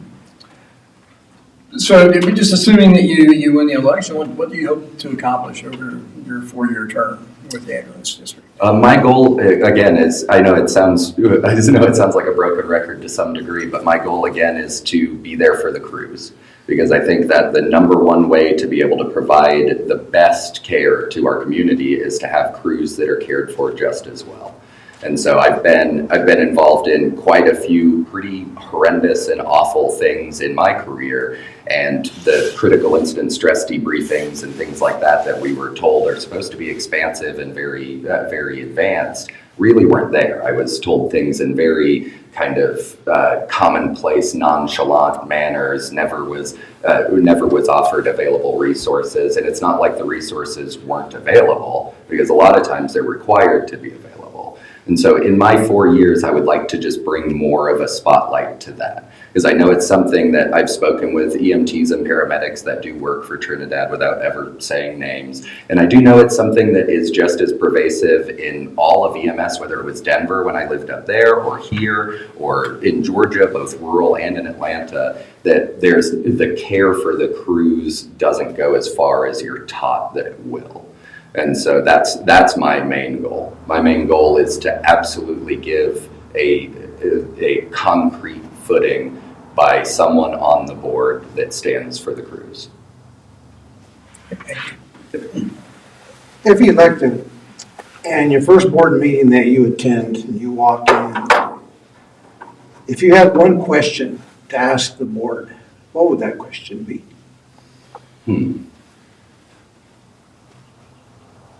My question would be, where do we want Trinidad to be in 10 years? What do we want Trinidad to be teaching? Do we want Trinidad to be a leader? Because I think we're already kind of in that way. It's something that I've heard being like outside of Trinidad even, that when people heard I was moving here and knew I was involved in EMS, they already said that, oh, they treat EMS, they treat public safety really nicely down there. And so my question would be, where do we want to be in 10 years that sets us apart from just being another small county in any other state, something that leads us to show our dedication to compassion. Because it's easy to get lost in the day-to-day, run our calls, do our job, get everything done, but I think Trinidad's already on to something great as far as trying to be a leader in the industry. Mr. Shapiro, as you mentioned in your employment at this time, you have to make difficult decisions running a business. I know I have one as well. And so it's very difficult to make these decisions. How would you handle making these difficult decisions with a board and ensuring the Eminence District keeps fiduciary responsibility to our community? Honestly, a lot of candid and transparent communication. I believe in pulling the veil back on a lot of the things that we just accept as political discourse or what have you, and actually talking about it, especially it being televised. Things that getting it to the public and talking to each other about the things we disagree on in a way that doesn't have to get violent. We can disagree, we don't have to get mean or angry, and just try and center in on the best thing for the community. It's the same way I feel about anything political. It's not about your faction, it's about us being people together and wanting to meet in the middle on any problem. Thank you. The fiduciary problem is something that has driven debate about the ambulance district for quite some time. Specifically, how do you see opening this up and making it transparent? And it's a publication of documents showing this is where the money's spent. What do you see as Yes, transparency? definitely tracking spending is a big part of it, because that's, even if it's something that is available, it's something that's the primary question on most people's tongue is, well, where's all this money? We have money, why aren't we using it? What's it going to? So that's obviously something that I would try and do, which I'm sure I wouldn't be the first person to do, is track down what the money's been spent on, what things we could look to spend it on. But really, I think a lot of it has to do with trying to keep good relations between us and the hospital. Once we get through lawsuits, once we get through the disagreements that are going on now, it's about trying to get the whole community, the whole medical community, back together on the same page and not upset. Because there's a lot of things that cause disagreements between hospitals and ambulance services on the financial sides, but a lot of them are out of our control. A lot of them are things that are costs that neither business can, or neither organization can avoid. And so I think it comes down to talking to heads of departments, trying to be open and available to approach these issues. Try and find out frustrations and talk about them, or talk to people directly. And again, especially bringing them up at board meetings where then it's actually documented and in front of the public. Thank you. You bring up an interesting point there. You're talking about the current litigation that's going on. Mm-hmm. And evidently you have some idea as to, Something. or you've read about that. A little bit. You also mentioned that there are things that cause that discourse. Mm-hmm. Have you had experience in the past with some of that situation? And how would you resolve this current situation? Resolving it is something I feel like it'd be a little overzealous of me to try and come up with a vague answer to a situation that I haven't been fully involved in. However, I have been at the rural service that I worked at. We did go through issues of transporting or not transporting emergently or non-emergently interfacility. And so we always had, that was definitely something that we had a lot of conversations about. There was a lot of frustration through both administrations, between the hospital and the ambulance district, through whether or not we should even do interfacility transports. And so there, between pricing of the transports, the staffing of the transports, I've definitely been involved in a lot of different conversations to do with so. Kind of a follow-up question on that. Currently, from what I'm understanding, and we're hearing, is that the ambulance district right now, they're in pretty decent shape from what we're hearing tonight. Yeah. So there's not a funding issue or a financial issue. Gotcha. And that is something that I don't know. When there's no financial issue or funding issue, Right. or transporting because of a cost, Mm-hmm. that's a major issue that I see. Right.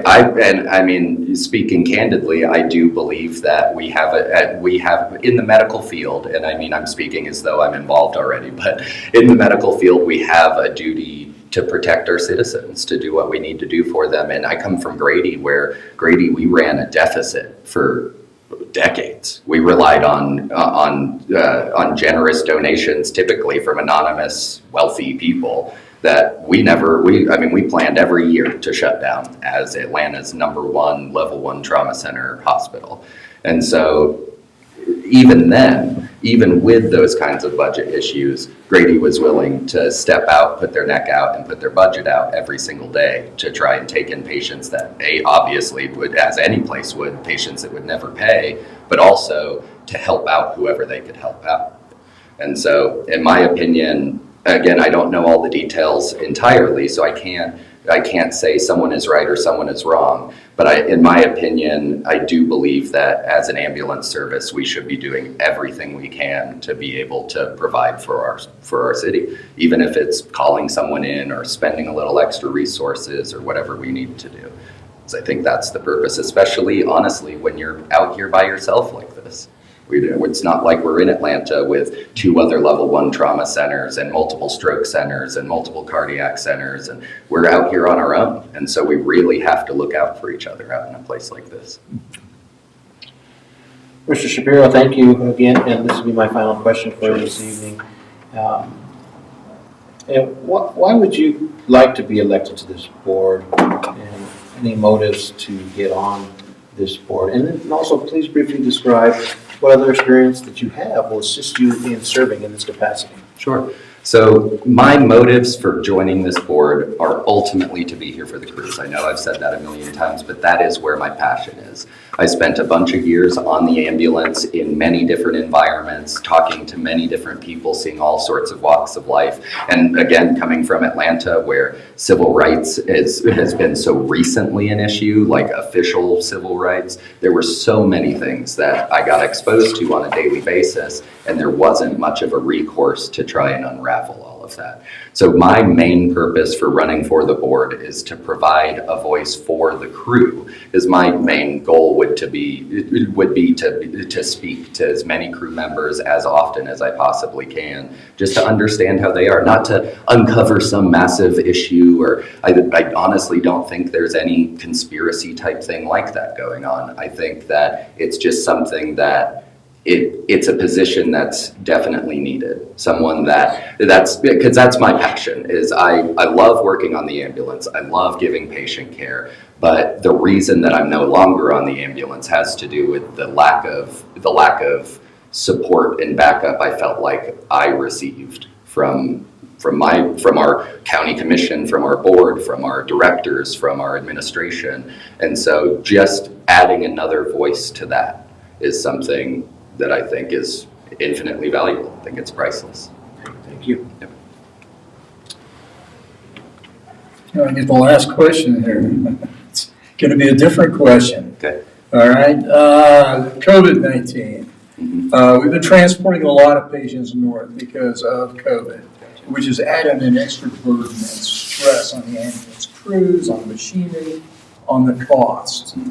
This is part of the crux of where this lawsuit has generated up out of it. Okay, so I'm assuming that COVID is nowhere near over. It just simply keeps mutating and becoming something else. And how do you plan to give the crews the support that they need in light of something that is just continually growing and pushing and growing and adding stress? How do we deal with that? I think a solid way to support the crews, it would be, I know it's a financial stressor, but it would probably be popping up another daily truck. Something that we did often in Bartow, whether we had one permanent day truck is what we called it. But anytime that there was an increase in responses or an increase in the need for resources, we would typically put up a secondary day truck either at one of our two busiest stations. We had 6 stations.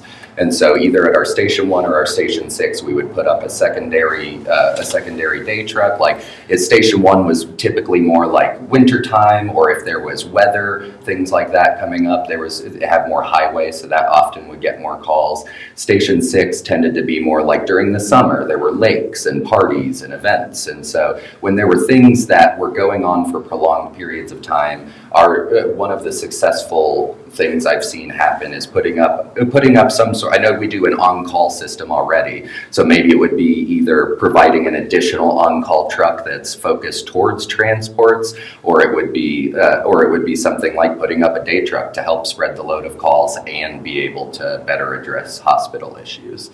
Because I think it's something that, I think you're right. I think COVID, until further notice, is going to be around until it mutates down into like a flu season sort of thing. And for all we know, flu season with COVID could be more than just the 2 times a year.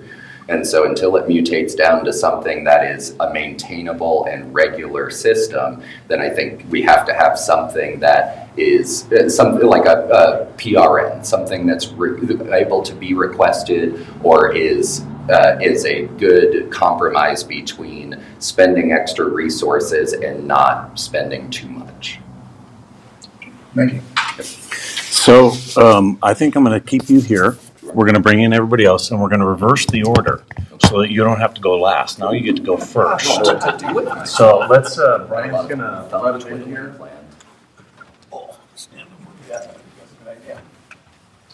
At the meeting Thursday, I was sitting in those chairs from 9 o'clock. Sorry. Monday, I think I had 2 orders, and they were all on that. till 4 o'clock. We had a work session. You have a couple minutes closing statement. They brought in lunch for us. Okay. Guys, come up and have a seat if you would.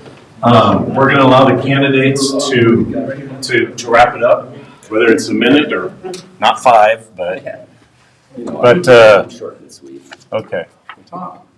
When they're all done talking, can I just get them together here and get one solid Yes, paragraph? absolutely. So guys, if you would wait, what we're going to do is we're going to do the closing statements. I'm going to make a couple closing statements, and then Bill would like to get a photo of the group of you guys, if you would, please. So we're going to wrap it up. Go ahead, Deb. So yeah, to close it all up, I love Trinidad. Trinidad is a beautiful town. I think we've got a lot of things going right, and trying to push Trinidad into a further, better direction is something I believe in greatly. And I think that one of the ways that I could best help doing that is to help provide that as someone watching the back of the crews, someone from an administrative board elected point that could actually keep an eye over the safety, the well-being, the mental health of the crews in order to continue providing world-class service to the town. Thank you. Sarah?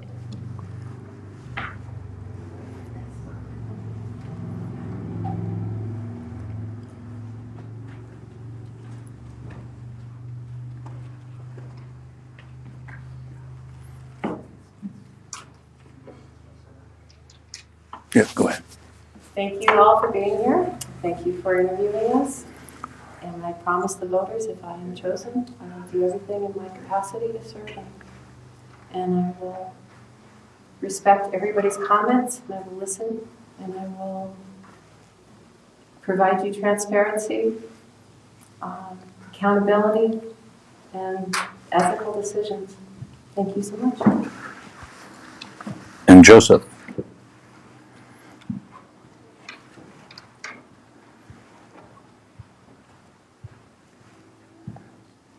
In closing, I just want to say that I got to meet the candidates. We got to chit-chat quite a bit in there about our personal lives and things we've been through.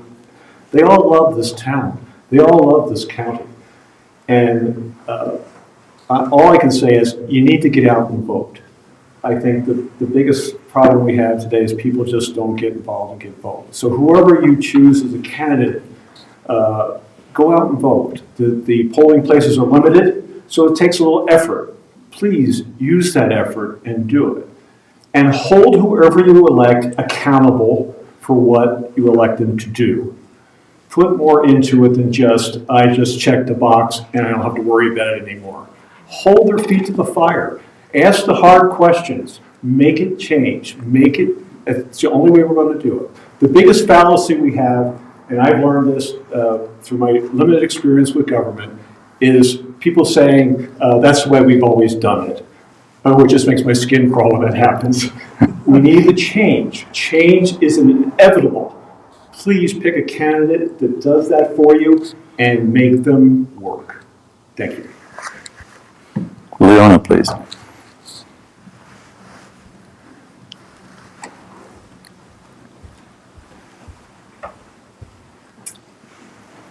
Just want to say thank you for allowing me to come and make my statement and answer your questions. And if I'm elected, I will do my best to make sure this county is taken care of, and our patients that come to the hospital are taken care of as well. Thank you. Thank you. And Nicholas?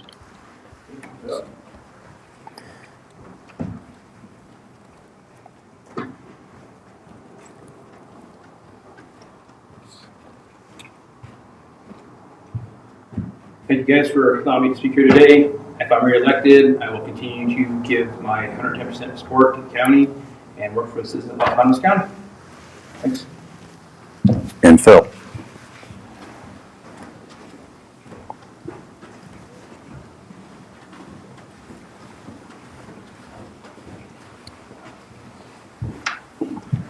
I'd like to thank everybody for giving me the opportunity to address you. If I'm elected, I'll make sure that I keep the best interests of the citizens of this community first. and work towards keeping the interests of the citizens and the district at the forefront. Thank you. And Andres.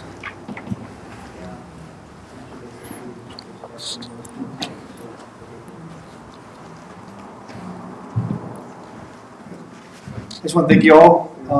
If I'm elected, I will assist in helping provide good quality care for our community and our county. Thank you.